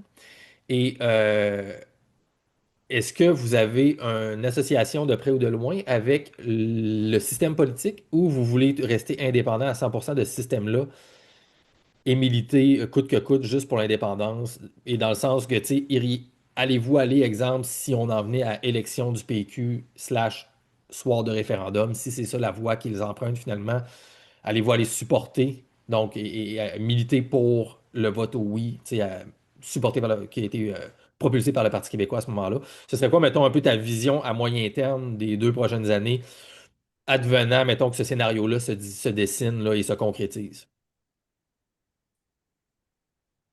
Une question simple, mais qui pour nous est extrêmement large. Je vais te dire pourquoi. À ENA, on a une particularité dans notre indépendantisme. Nous ne sommes pas des référendistes. Nous, pour réaliser l'indépendance du Québec, on ne préconise pas la voie référendaire. Petite tranche de vie, en 2021, je me suis présenté à la présidence du Comité national des jeunes du Parti québécois, qui est l'aile jeunesse du parti. Et le point numéro un de mon équipe et moi, c'était on lâche le référendum et lorsque nous sommes au pouvoir, on fait une déclaration unilatérale d'indépendance. Ouais, Donc, qui est oh, une des 3 façons là, classiques de faire l'indépendance. Là. Donc là, vous, c'est une élection indépendantiste ou une élection référendaire, finalement. Le fait c'est d'être ça. élu, Donc, ça fait qu'on décide officiellement, on fait l'indépendance. voilà. Donc, pas besoin de te dire qu'en 2021, finalement, notre programme n'a pas été retenu et que nous avons été, nous avons été battus à plat de couture. Mais bon, donc, à Nouvelle Alliance, non, nous ne sommes pas référendistes. Le référendum, qu'est-ce que c'est? C'est une idée qui a été introduite au Parti québécois par Claude Morin, qui est un des tout premiers ministres du PQ. Il était dans le premier gouvernement de René Lévesque. Au départ, le Parti québécois euh, prônait justement l'approche de l'élection référendaire. Puis Claude Morin, c'est un fait qui est avéré. On n'est pas dans une théorie du complot, là. Claude Morin, il a été dévoilé. On a découvert que c'était un agent grassement payé par la GRC pour apporter des informations internes sur ce qui se passait au Parti québécois. Et c'est ce même Claude Morin qui a initié, qui a amorcé l'idée de la démarche référendaire au PQ et depuis le PQ en connaissance de cause, sachant que c'est un agent d'Ottawa qui a été payé pour justement ralentir et embourber le processus d'accession à l'indépendance. Le PQ, en connaissance de cause, ne s'est jamais distancé du référendum, ou du moins n'a jamais revu sa méthode d'accession. Donc, non, nous ne sommes pas référendistes. Nous, lorsque l'Assemblée nationale du Québec est souveraine, l'Assemblée nationale du Québec est souveraine, c'est la manifestation, c'est l'éclat de la population du Québec, ok, qui décide qui elle va y envoyer et qui elle n'y enverra pas. L'Assemblée nationale du Québec est souveraine sur toutes les autres institutions supranationales et pour nous, elle est souveraine vis-à-vis d'Ottawa. Une fois qu'un gouvernement clairement indépendantiste est élu, il a le mandat de procéder à l'indépendance du Québec. Donc là, on a une espèce de processus interminable qui se subdivisent en plusieurs phases qui le sont tout autant interminables. Une première élection, avoir un gouvernement majoritaire, avoir un référendum, puis dont la question n'est pas toujours claire. On se rappelle que les 2 derniers référendums, ça fait quand même beaucoup, la question consistait à savoir si le gouvernement du Québec avait le droit, avait le mandat de négocier avec le reste du Canada. On ne parle pas de faire l'indépendance. En 80 et en 95, c'est est-ce que vous donnez le mandat au gouvernement du Québec de négocier une nouvelle entente constitutionnelle avec le reste du Canada. Donc, un référendum qui demande un mandat de négocier, encore une fois, on est embourbé dans de la procédurite. C'est un néologisme, là, mais je trouve qu'il est particulièrement bien employé. Puis un référendum qui, généralement, de toute manière, ne sera sûrement pas reconnu par Ottawa. Mais ça, c'est une considération qui est secondaire parce que, à mon avis, et de l'avis de mon organisation, on ne deal pas avec la Constitution canadienne. Ben écoute, Donc, sans vouloir trop t'interrompre, as-tu vu, parenthèse, oui, il y a une couple de jours, la sortie de Jean Chrétien, qui était en entrevue avec, c'était-tu Patrice Roy à Radio-Can? c'était Patrice Roy, oui. Tu l'as vu? Donc, il a Oui, clairement dit, il dit non, il dit, écoute, on n'aurait jamais reconnu le référendum positif de 95. Il dit, on aurait tout fait pour pas que ce soit reconnu, on se serait battu, j'avais plein d'outils. Tu sais, fait que c'est pas une idée, là, c'est la réalité, là. Le Canada ne va jamais. Je l'ai vu, puis ça ne me choque pas parce que je vais peut-être être un peu choquant ou surprenant là, dans mon propos, mais Jean Chrétien a tout à fait raison. Ben oui, Jean Chrétien a tout à fait raison. Quel est le mandat? Il faut avoir une perspective d'État. OK? Il faut sortir là, de la grande poésie souverainiste puis du lyrisme référendaire. Il faut avoir une perspective d'État. C'est quoi le mandat du premier ministre du Canada? Le premier mandat, c'est de protéger et de défendre la souveraineté et l'intégrité territoriale du Canada. exact. C'est ça son mandat au premier ministre du Canada. Jean Chrétien, lorsqu'il dit qu'il n'aurait pas reconnu le référendum, il a tout à fait raison et il fait son travail. Il fait son putain de boulot. Donc, nous, les souverainistes, il faut être capable de sortir un peu de cette fâcheuse manie qu'on a de moraliser le débat. De dire, ah, mais si vous trichez, vous êtes un peu moins bon. Ah, peut-être qu'on a perdu, et là, on s'en va avec notre cap, comme ça, là. Peut-être qu'on a perdu, mais nous, au moins, on n'a pas triché. Oui, mais vous avez perdu, les gars. OK? Les Canadiens, les dignitaires canadiens, les officines fédéralistes ont fait ce qu'ils avaient à faire. Dans le camp souverainiste, on a toutes sortes de manières de moraliser le débat, ce qui fait en sorte qu'on a de la difficulté à comprendre la réelle politique, la manière dont se joue véritablement l'échiquier diplomatique sur les relations interprovinciales, les relations internationales. Ça, c'est comme le fâcheux réflexe qu'on a de demander des excuses officielles de la part du gouvernement canadien à cause du traitement sur les Métis dans l'Ouest, sur les prisonniers à cause de la loi sur les mesures de guerre, à cause des patriotes pendus ou que sais-je encore. Non, on ne demande pas des excuses. Celui qui demande une excuse est dans une position d'infériorité. C'est celui qui se sait opprimé. Celui qui demande une excuse, c'est celui qui a des attentes. C'est celui qui, avant d'analyser objectivement et pragmatiquement le spectre politique, euh, veut faire triompher sa propre morale. Mais la politique ne se joue pas concrètement avec des sentiments. Les Canadiens ont fait ce qu'ils avaient à faire. C'est un régime qui est subversif et qui est corrosif pour la nation québécoise et qui a été corrosif dans la longue histoire du Québec. Nous n'avons rien à leur demander. Nous n'avons rien à attendre d'eux. Et nous ne devons surtout pas attendre qu'ils respectent nos règles ou la manière dont nous concevons les règles. Et Donc tout ça, je c'est dirais de la aussi que frime, c'est. c'est un écran de fumée, en fait. Ben oui, mais ça veut pas dire non plus, et tu me corrigeras si je veux pas mettre des mots dans ta bouche, mais ça veut pas dire non plus qu'on accepte, je dis on, mais qu'on n'accepte pas les excuses. C'est dans le sens que c'est pas une question de se couper totalement de l'aspect émotionnel et de l'aspect des bonnes relations. Si le Canada s'élevait à reconnaître certains torts qu'il a fait et qu'il présentait des excuses, ben j'imagine que volontiers, il y a des excuses qui peuvent être acceptées sans nécessairement tout pardonner, mais il y a toujours façon, je crois, de réconcilier des gens qui avoue, c'est faute pardonnée, faute avouée est à moitié pardonnée, on peut potentiellement aller là. Je ne sais pas si tu serais d'accord avec ça, mais on ne J'aimerais tant, demande pas des excuses. Je suis 100% d'accord avec ça. C'est de la perte d'énergie. j'aimerais tant que tu aies raison, mais malheureusement, au regard des quelques fois où le Canada a présenté ses excuses, notamment envers les Premières Nations, Ah je non, mais je considère parle que sincère, là. Je parle de bonne foi quand tu sincère, là. reçois, oui, je sais, quand tu reçois des excuses, c'est parce que tu es politiquement devenu inoffensif. C'est parce que ces excuses ne coûtent plus rien. OK? Hmm. Le régime, même lorsqu'il se repent, le régime est très calculateur et très rationnel. OK? Donc, il ne faut pas se faire de fausses idées à ce sujet-là. Je pense que lorsque le régime fédéral présente ses excuses, c'est parce qu'il considère que l'acteur politique avec qui on traite est devenu inoffensif, est vraiment dans une position de suggestion à peu près totale et complète. Ah, Donc, intéressant. oui, effectivement, si elles étaient présentées, ce serait un autre débat. Ce serait à nous de décider si on les accepte ou non. Il faut pas. Tu as raison, il faut pas cracher dans la soupe non plus. Puis, Ouais, c'est ça. il faut faire de la politique entre grandes personnes. Ça, je le conçois tout à fait. Puis, tout ce que tu dis est 100 ans. OK? Mais je ne pense pas qu'il faille demander quoi que ce soit à Ottawa.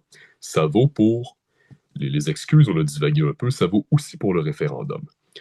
pour revenir à ta question, Gab, parce que j'aime ça peut-être m'étirer un peu, là, je trouve ça très intéressant, là. Est-ce que nous supporterions le Parti québécois ou non? Je l'ai dit, nous ne sommes pas des référendistes. Par contre, il y a un mais. On est d'abord et avant tout indépendantiste, et cette considération-là, elle passe avant le débat sur la méthode d'accession.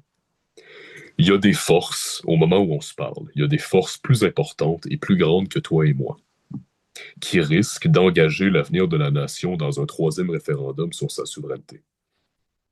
Est-ce qu'on a le privilège, est-ce qu'on a le luxe de, de tasser ça du revers de la main et de dire, OK, ben nous, on va faire bande à part? La réponse est non.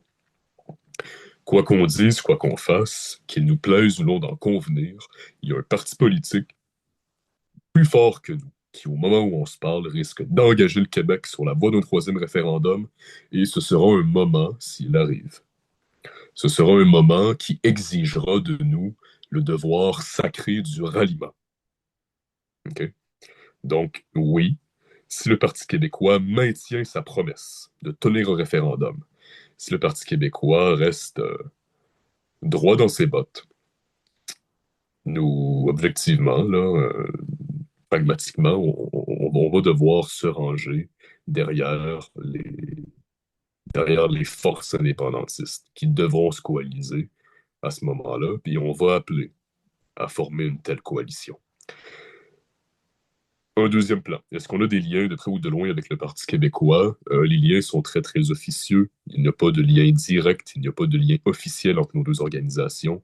Nous tenons mordicus à notre indépendance. C'est pas un paradoxe, étant donné qu'on est indépendantiste, mais on tient aussi à notre indépendance comme organisation. Cette indépendance-là nous permet une certaine liberté d'action, elle nous permet une latitude, elle nous donne une marge de manœuvre que n'ont pas les partis politiques.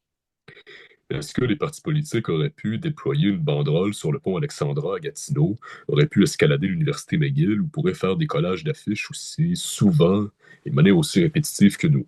Est-ce que les partis politiques pourraient prendre part à des manifestations dans lesquelles se déploie autant d'adversité que les manifestations qu'on organise? Peut-être pas, parce que, on en a parlé en début d'émission, ils sont dans un carcan de respectabilité, etc., etc. Bon, on ne reviendra pas là-dessus.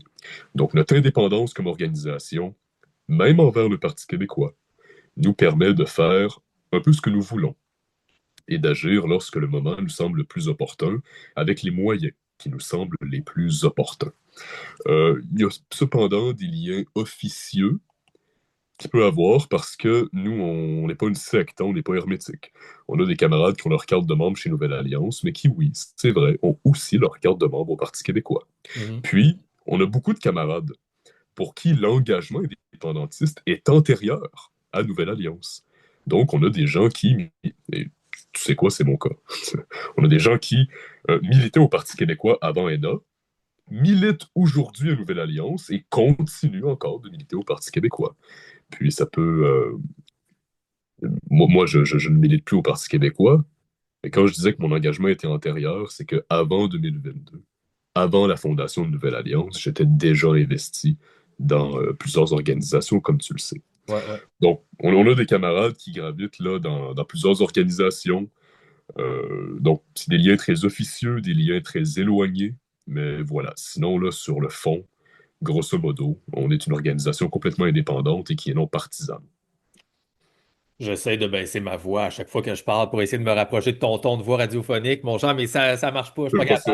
capable. J'ai une voix plus aiguë que la tienne. Et écoute, on arrive tranquillement vers 1h15, quelque chose comme ça, 1h20 d'enregistrement. T'as-tu encore un 15-20 minutes ou t'es pas mal saturé d'énergie de ton temps? Ça ressemble à quoi? J'ai encore 15 minutes, on peut clore ça en beauté, je pense. Excellent. Fait qu'écoute, je vais faire ça. Je vais me rajouter un peu de temps ici. Je vais voir comme ça. All right. Je le prends avec grand plaisir parce que je trouve ça vraiment cool. En fait, merci encore pour ton énergie puis ton temps. Euh, donc, restons dans la notion de la voie vers l'indépendance. C'est super intéressant comment tu me dessinais ça par rapport à votre objectif idéal versus la réalité qui se dessine. Parlons un peu du Québec et qu'est-ce que c'est justement l'indépendance. En faisant un lien avec le début de l'émission, en fait, le début du show, on te parlait de termes tu sais, qu'on n'a pas nécessairement définis et tout ça, mais entre autres, tu as parlé que vous étiez un organisme identitaire. Donc, vous aviez un aspect identitaire à vous. Fait que sautons là-dedans un petit peu. Donc, pour Nouvelle Alliance, et toi, François Gervais, qu'est-ce que c'est l'identité du Québec? Et quand tu dis que vous êtes indépendantiste et identitaire, ça veut dire quoi pour toi? L'indépendance du Québec, c'est le continent. On veut que le Québec, comme État, comme entité géographique, devienne souverain. L'identité, maintenant, c'est le contenu. OK? C'est ce qui va fonder la nation. La nation ne naît pas ex nihilo d'une somme d'individus. La nation est là une antériorité. Au Québec, ça prend quelle forme? Ça, ça prend la première forme, qui est la croix de Jacques-Cartier, qui a été érigée à Gaspé le 24 juillet 1534. Ça prend la forme de l'habitat de Québec par Champlain, qui a été érigé en 1608 et qui va maintenant donner lieu à la fondation de la ville de Québec, notre capitale. Ça prend, ça prend toutes les formes dans notre histoire où on a eu des manifestations de résistance pour affirmer et maintenir le fait français. Ça prend la forme des rébellions patriotes de 37-38. Ça prend la forme de nos luttes constitutionnelles au moment de l'acte d'union, puis de la Fédération canadienne. Ça prend même la forme de la Révolution tranquille, parce que nous ne sommes pas des réactionnaires. OK? Nous ne sommes pas des contre-révolutionnaires. Pour nous, la Révolution tranquille euh, doit y avoir un regard critique. Il faut porter sur la Révolution tranquille un regard critique, mais il y a des bons éléments dont on peut tirer pour justement affirmer notre identité. L'identité du Québec, c'est Attends-moi une tout ce que seconde. nous a amené. François, euh, tu m'entends? oui, OK, excuse-moi. T'as oui, coupé pendant oui, les dernières secondes, mais je pense que c'était un bout important sur la Révolution tranquille. Tu peux-tu juste reprendre ce que tu viens de dire, s'il te plaît? Là, ton signal est revenu. Tu peux-tu juste reprendre tes dernières deux, trois phrases, s'il te plaît? Je veux juste être oui. sûr que ça, Donc, je que ce parlais de soit bien. l'identité du Donc, je parlais de l'identité du Québec d'un point de vue linéaire. Pour nous, la Révolution tranquille est aussi un élément important dans la construction de notre identité, parce que nous ne sommes pas des réactionnaires. C'est-à-dire qu'on ne condamne pas en bloc et catégoriquement la Révolution tranquille. Pour nous, même si on pose dessus un regard critique, il y a quand même des bons éléments à aller chercher dans la Révolution tranquille, notamment une grande effervescence culturelle, une volonté de prendre possession de nos leviers politiques et économiques, des éléments qui peuvent très bien euh, être réactualisés aujourd'hui quand vient le temps de définir notre identité et de la manifester. Donc, tout ça donne la longue mémoire, l'histoire, la trajectoire historique du Québec. Ça se fonde sur l'identité que nous a léguée notre majorité historique. Cette majorité historique-là, c'est quoi? C'est la majorité historique dite canadienne-française et ensuite les éléments qui s'y sont intégrés et qui s'y sont assimilés. Le Québec est d'abord et avant toute chose le fruit d'un projet colonial français. Je pense que c'est une conclusion sur laquelle des gens de gauche comme de droite, des souverainistes comme des fédéralistes peuvent convenir. Okay? Historiquement, le Québec est le fruit d'un projet colonial français. Des suites de ce projet colonial, s'est constituée une majorité historique.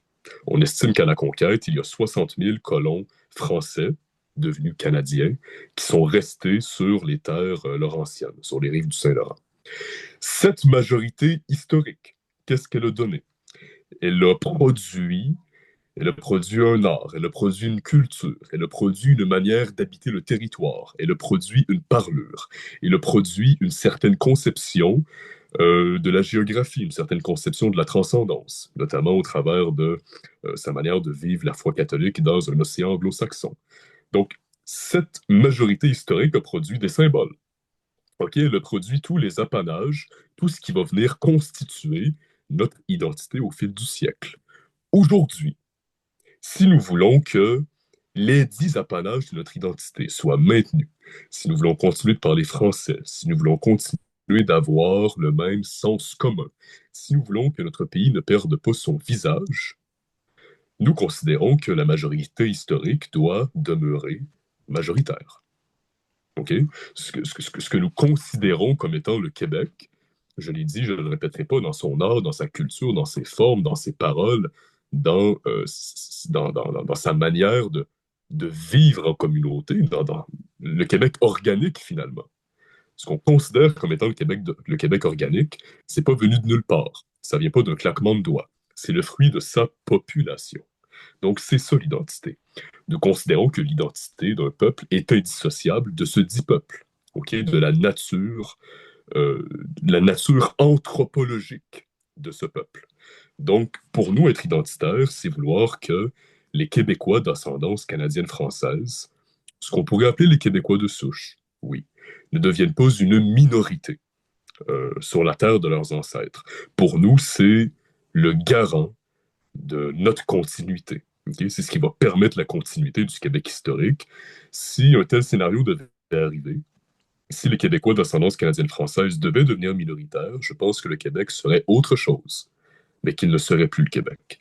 Et que notre drapeau, que notre devise perdraient de leur importance et perdraient de leur traction, perdraient de toute leur signification. Laisse-moi te renchérir là-dessus. Je trouve que ta définition fait du sens. Pour moi, c'est logique. Pour moi, c'est rationnel. C'est un petit peu comme ça que je vois la chose aussi. Je me dis, ben, si on veut euh, un pays qui s'appelle Haïti, nonobstant toutes les horreurs qui ont été faites, l'esclavage, comment le pays a été conquis, whatever et tout ça, et comment ils ont amené les Haïtiens sur place. Si on veut un pays qui s'appelle Haïti, aujourd'hui, moi, je m'attends à aller là et voir une population de souche, qui sont les Haïtiens noirs qui habitent Haïti en grande majorité de façon historique depuis la genèse du pays appelé Haïti, ou du moins sa forme non officielle depuis leur révolution, tu sais. Je m'attends pas à aller en Haïti et avoir d'autres peuples euh, à 75% et avoir Haïti constituer les Haïtiens de base à 20% de leur nation. Tu sais, je m'attends à ça pour toutes les nations, que ce soit les Marocains, que ce soit les Chinois et potentiellement les Canadiens français aussi. J'ai de la difficulté à négocier la logique avec les gens qui ne comprennent pas ce point-là ou qui sont même pas d'accord avec ça. J'essaie de voir un peu quels sont leurs arguments. Mais en même temps, laisse-moi te relancer ça. J'ai reçu Frédéric Lacroix, que tu dois connaître, chercheur et auteur sur les questions de la langue principalement et de l'immigration. Donc, on a parlé d'immigration principalement pendant le show. Mais une chose qui m'a marqué beaucoup à la fin, quand on parlait d'identité québécoise, lui, il avait la conception qu'on devrait faire le deuil du Canada français, des Canadiens français. On n'a pas eu le temps d'élaborer, mais je le challengeais un petit peu en disant, ouais, mais si dans 100 ans, le Québec est 80% noir, tu sais, est-ce que, même si on est francophone, puis ça parle avec un accent québécois, est-ce que ça reste le Québec ou pas?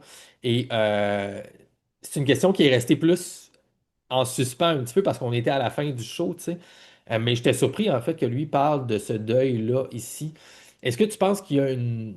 Est-ce qu'on doit faire Est-ce qu'il doit y avoir une nouvelle version, selon toi, de ce qu'on pourrait appeler les Canadiens de souche, les Canadiens français, incorporés sous la bannière québécoise, ou d'autres ont déjà parlé aussi des Laurentiens, etc., qui devrait être plus large que ce qui est découlé de cette population de souche?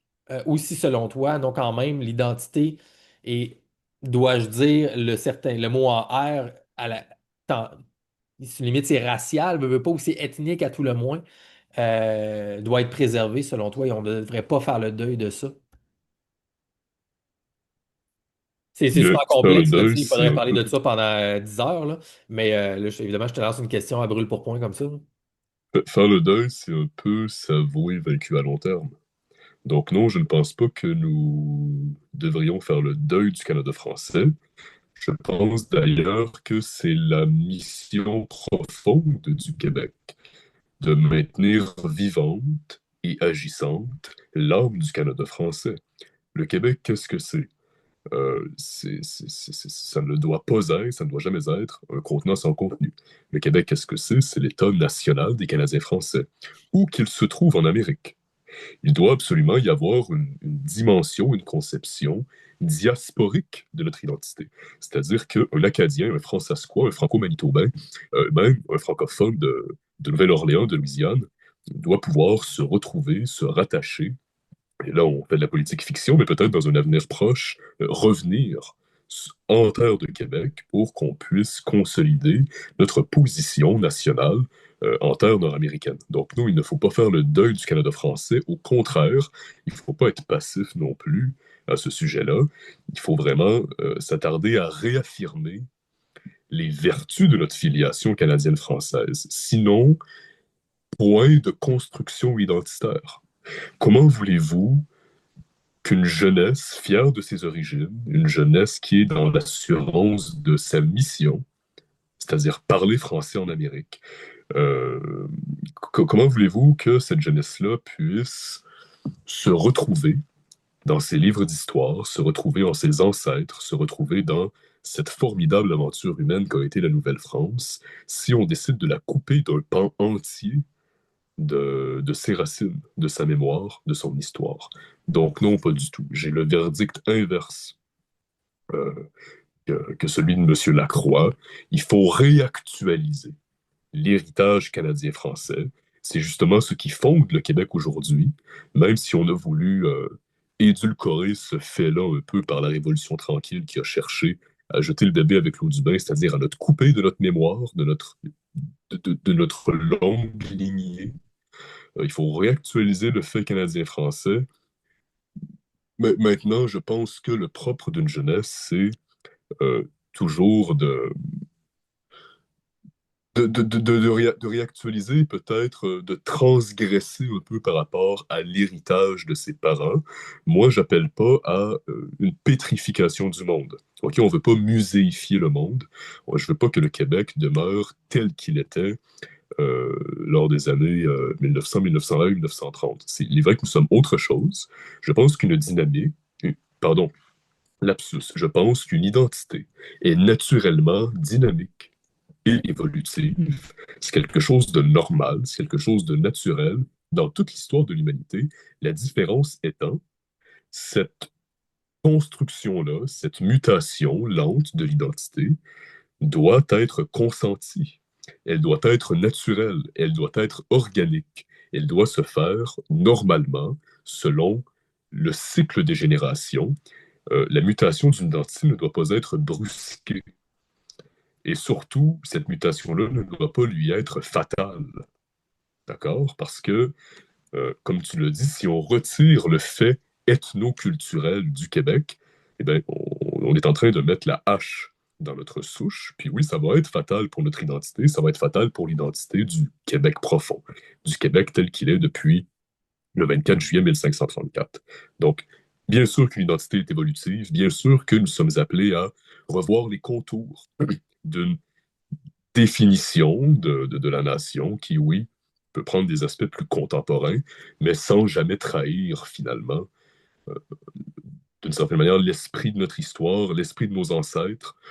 C'est comme ça que se fondent les générations, comme étant les maillons d'une chaîne plus longue qu'eux. Okay? Les générations, comme disait Lionel Groulx, ne se commencent pas à elles-mêmes. Une génération se fonde sur ce que les ancêtres leur ont légué. Donc, nous ne voulons pas trahir l'héritage des ancêtres. Il nous appartient peut-être de le chanter différemment, mais nous ne voulons pas faire table rase. Donc, non, on ne fera pas le deuil du Canada français, on est hors de question. On juge que ce serait profondément mortifère pour le Québec, pour sa jeunesse, qui ne se retrouvera tout simplement plus en son identité.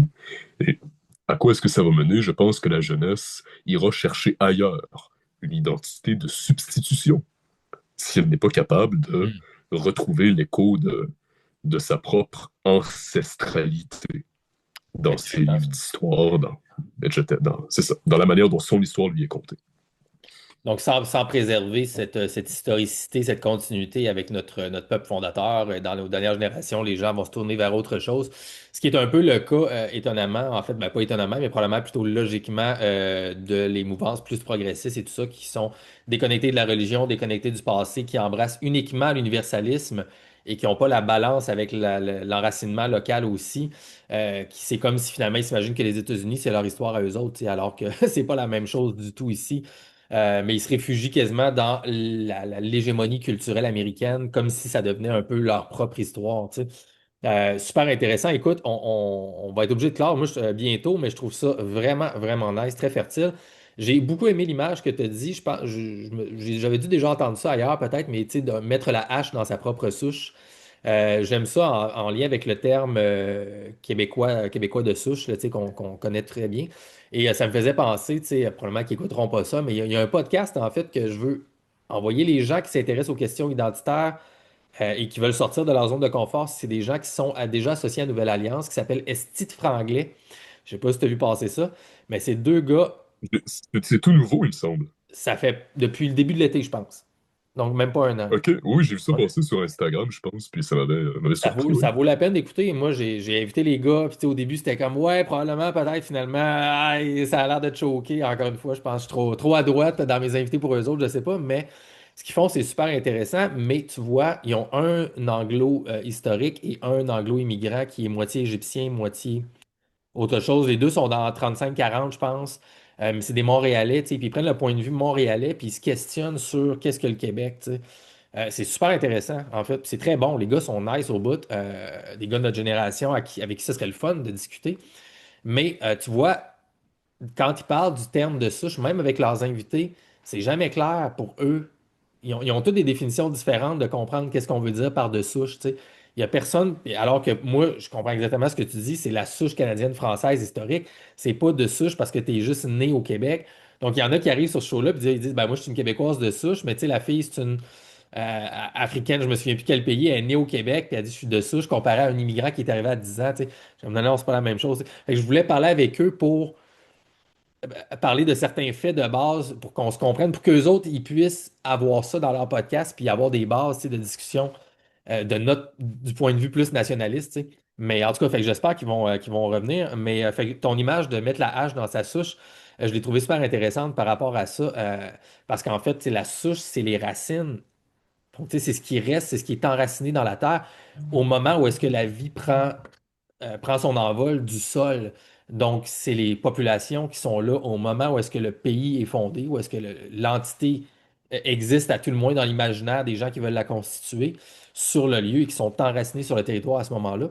Mais là, ce que je veux te lancer, écoute, on va terminer. Je te lance deux petites questions rapides. Prends le temps que tu veux, mais tu peux répondre très rapidement.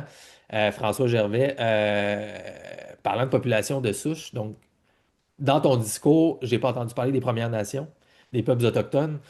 Donc, quelle est la perception de Nouvelle Alliance par rapport aux Premières Nations qui étaient là aussi? Donc, moi, ma perception, c'est qu'ils font partie quand même. Et là, évidemment, il y avait des divisions à l'interne des peuples des Premières Nations. C'est super complexe aussi, là. Tu sais, j'ai reçu une couple d'invités, puis je vais en recevoir au moins un autre dans les prochaines semaines à ce niveau-là.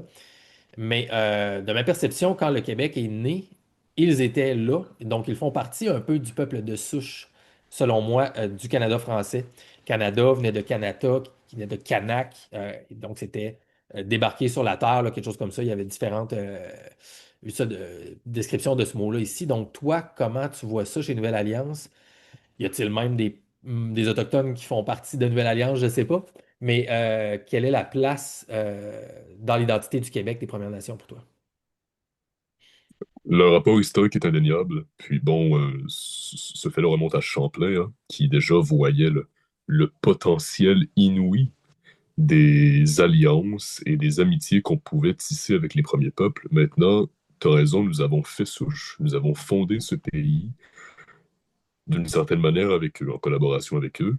Je ne vois pas comment nous pourrions aspirer aujourd'hui à fonder un nouveau pays sans eux, pour la simple et bonne manière que nous partageons le territoire du Québec. Puis qui serait mal avisé de nous fâcher les uns envers les autres lorsque viendra le temps de prendre notre indépendance. On n'a qu'à on n'a qu'à penser à la manière un petit peu litigieuse dont ça s'est fait avec les cris de l'abbé James lors du référendum de 95. On peut penser plus récemment aux belles tentatives de réconciliation, notamment avec la paix des Braves de Bernard Landry. Donc je pense que les Premières Nations, puis c'est justement une des manières dont on redéfinit l'indépendantisme aujourd'hui.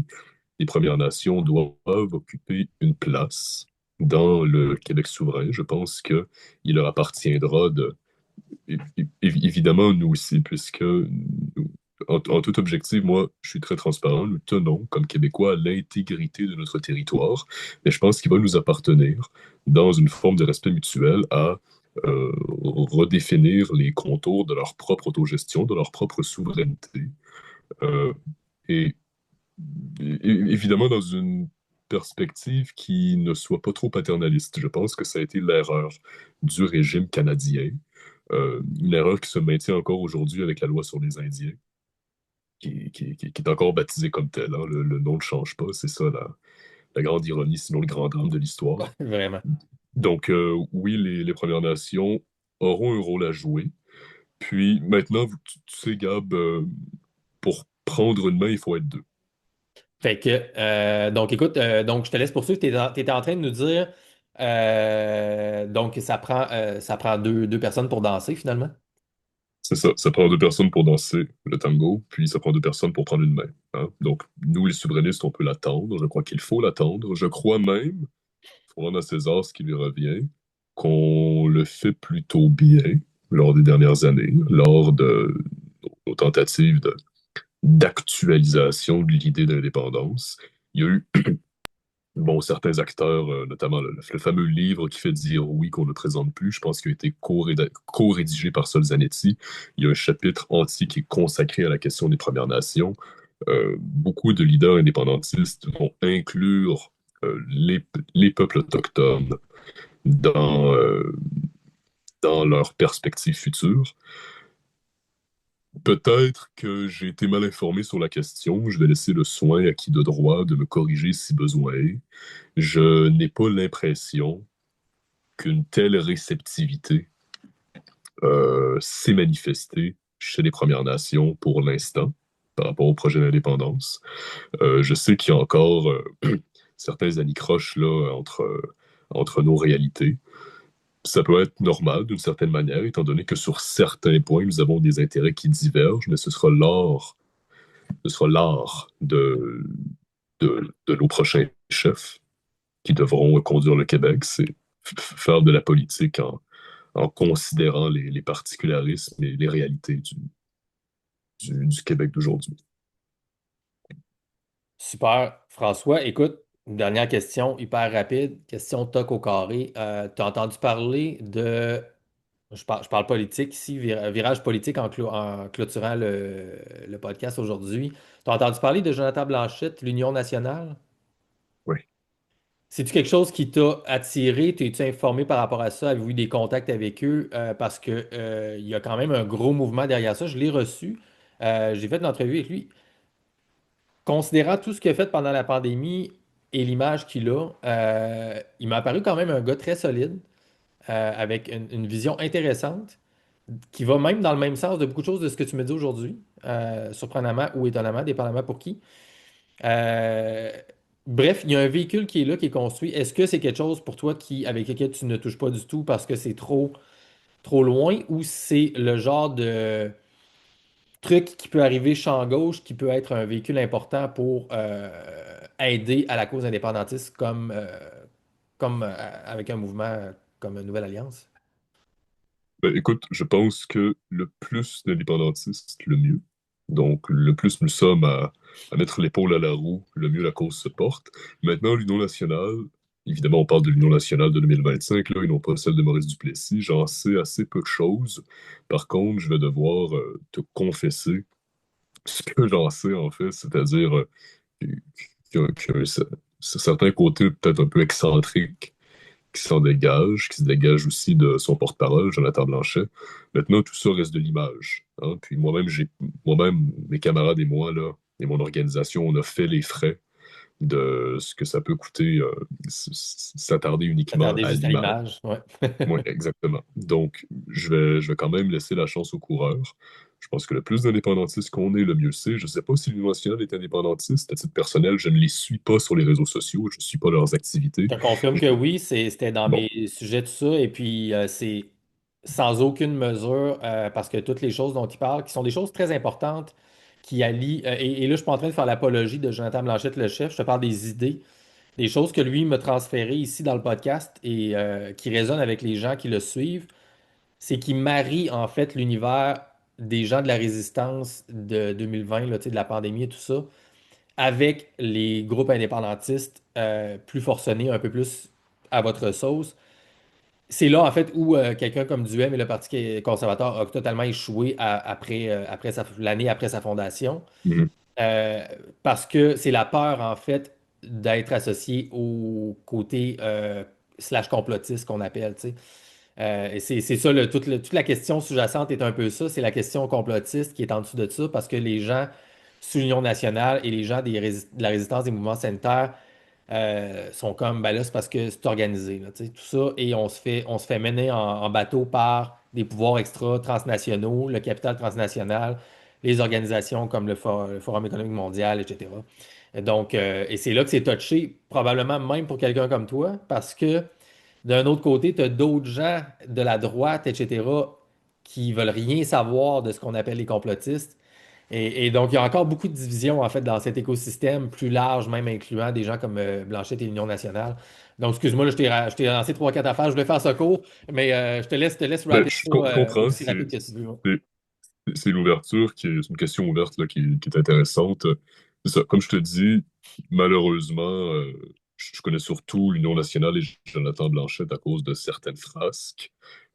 Bon, il leur appartient maintenant de maintenir ou de redéfinir cette image-là. Est-ce que je les connais sur le fond? Non. Donc, à voir. Tu sais, le militantisme prend mille et une formes. Je trouve que c'est un petit peu ça sa beauté. Puis les idées vont venir grouiller d'un peu partout. Donc, c'est vraiment passionnant ce qui se passe à ce niveau-là.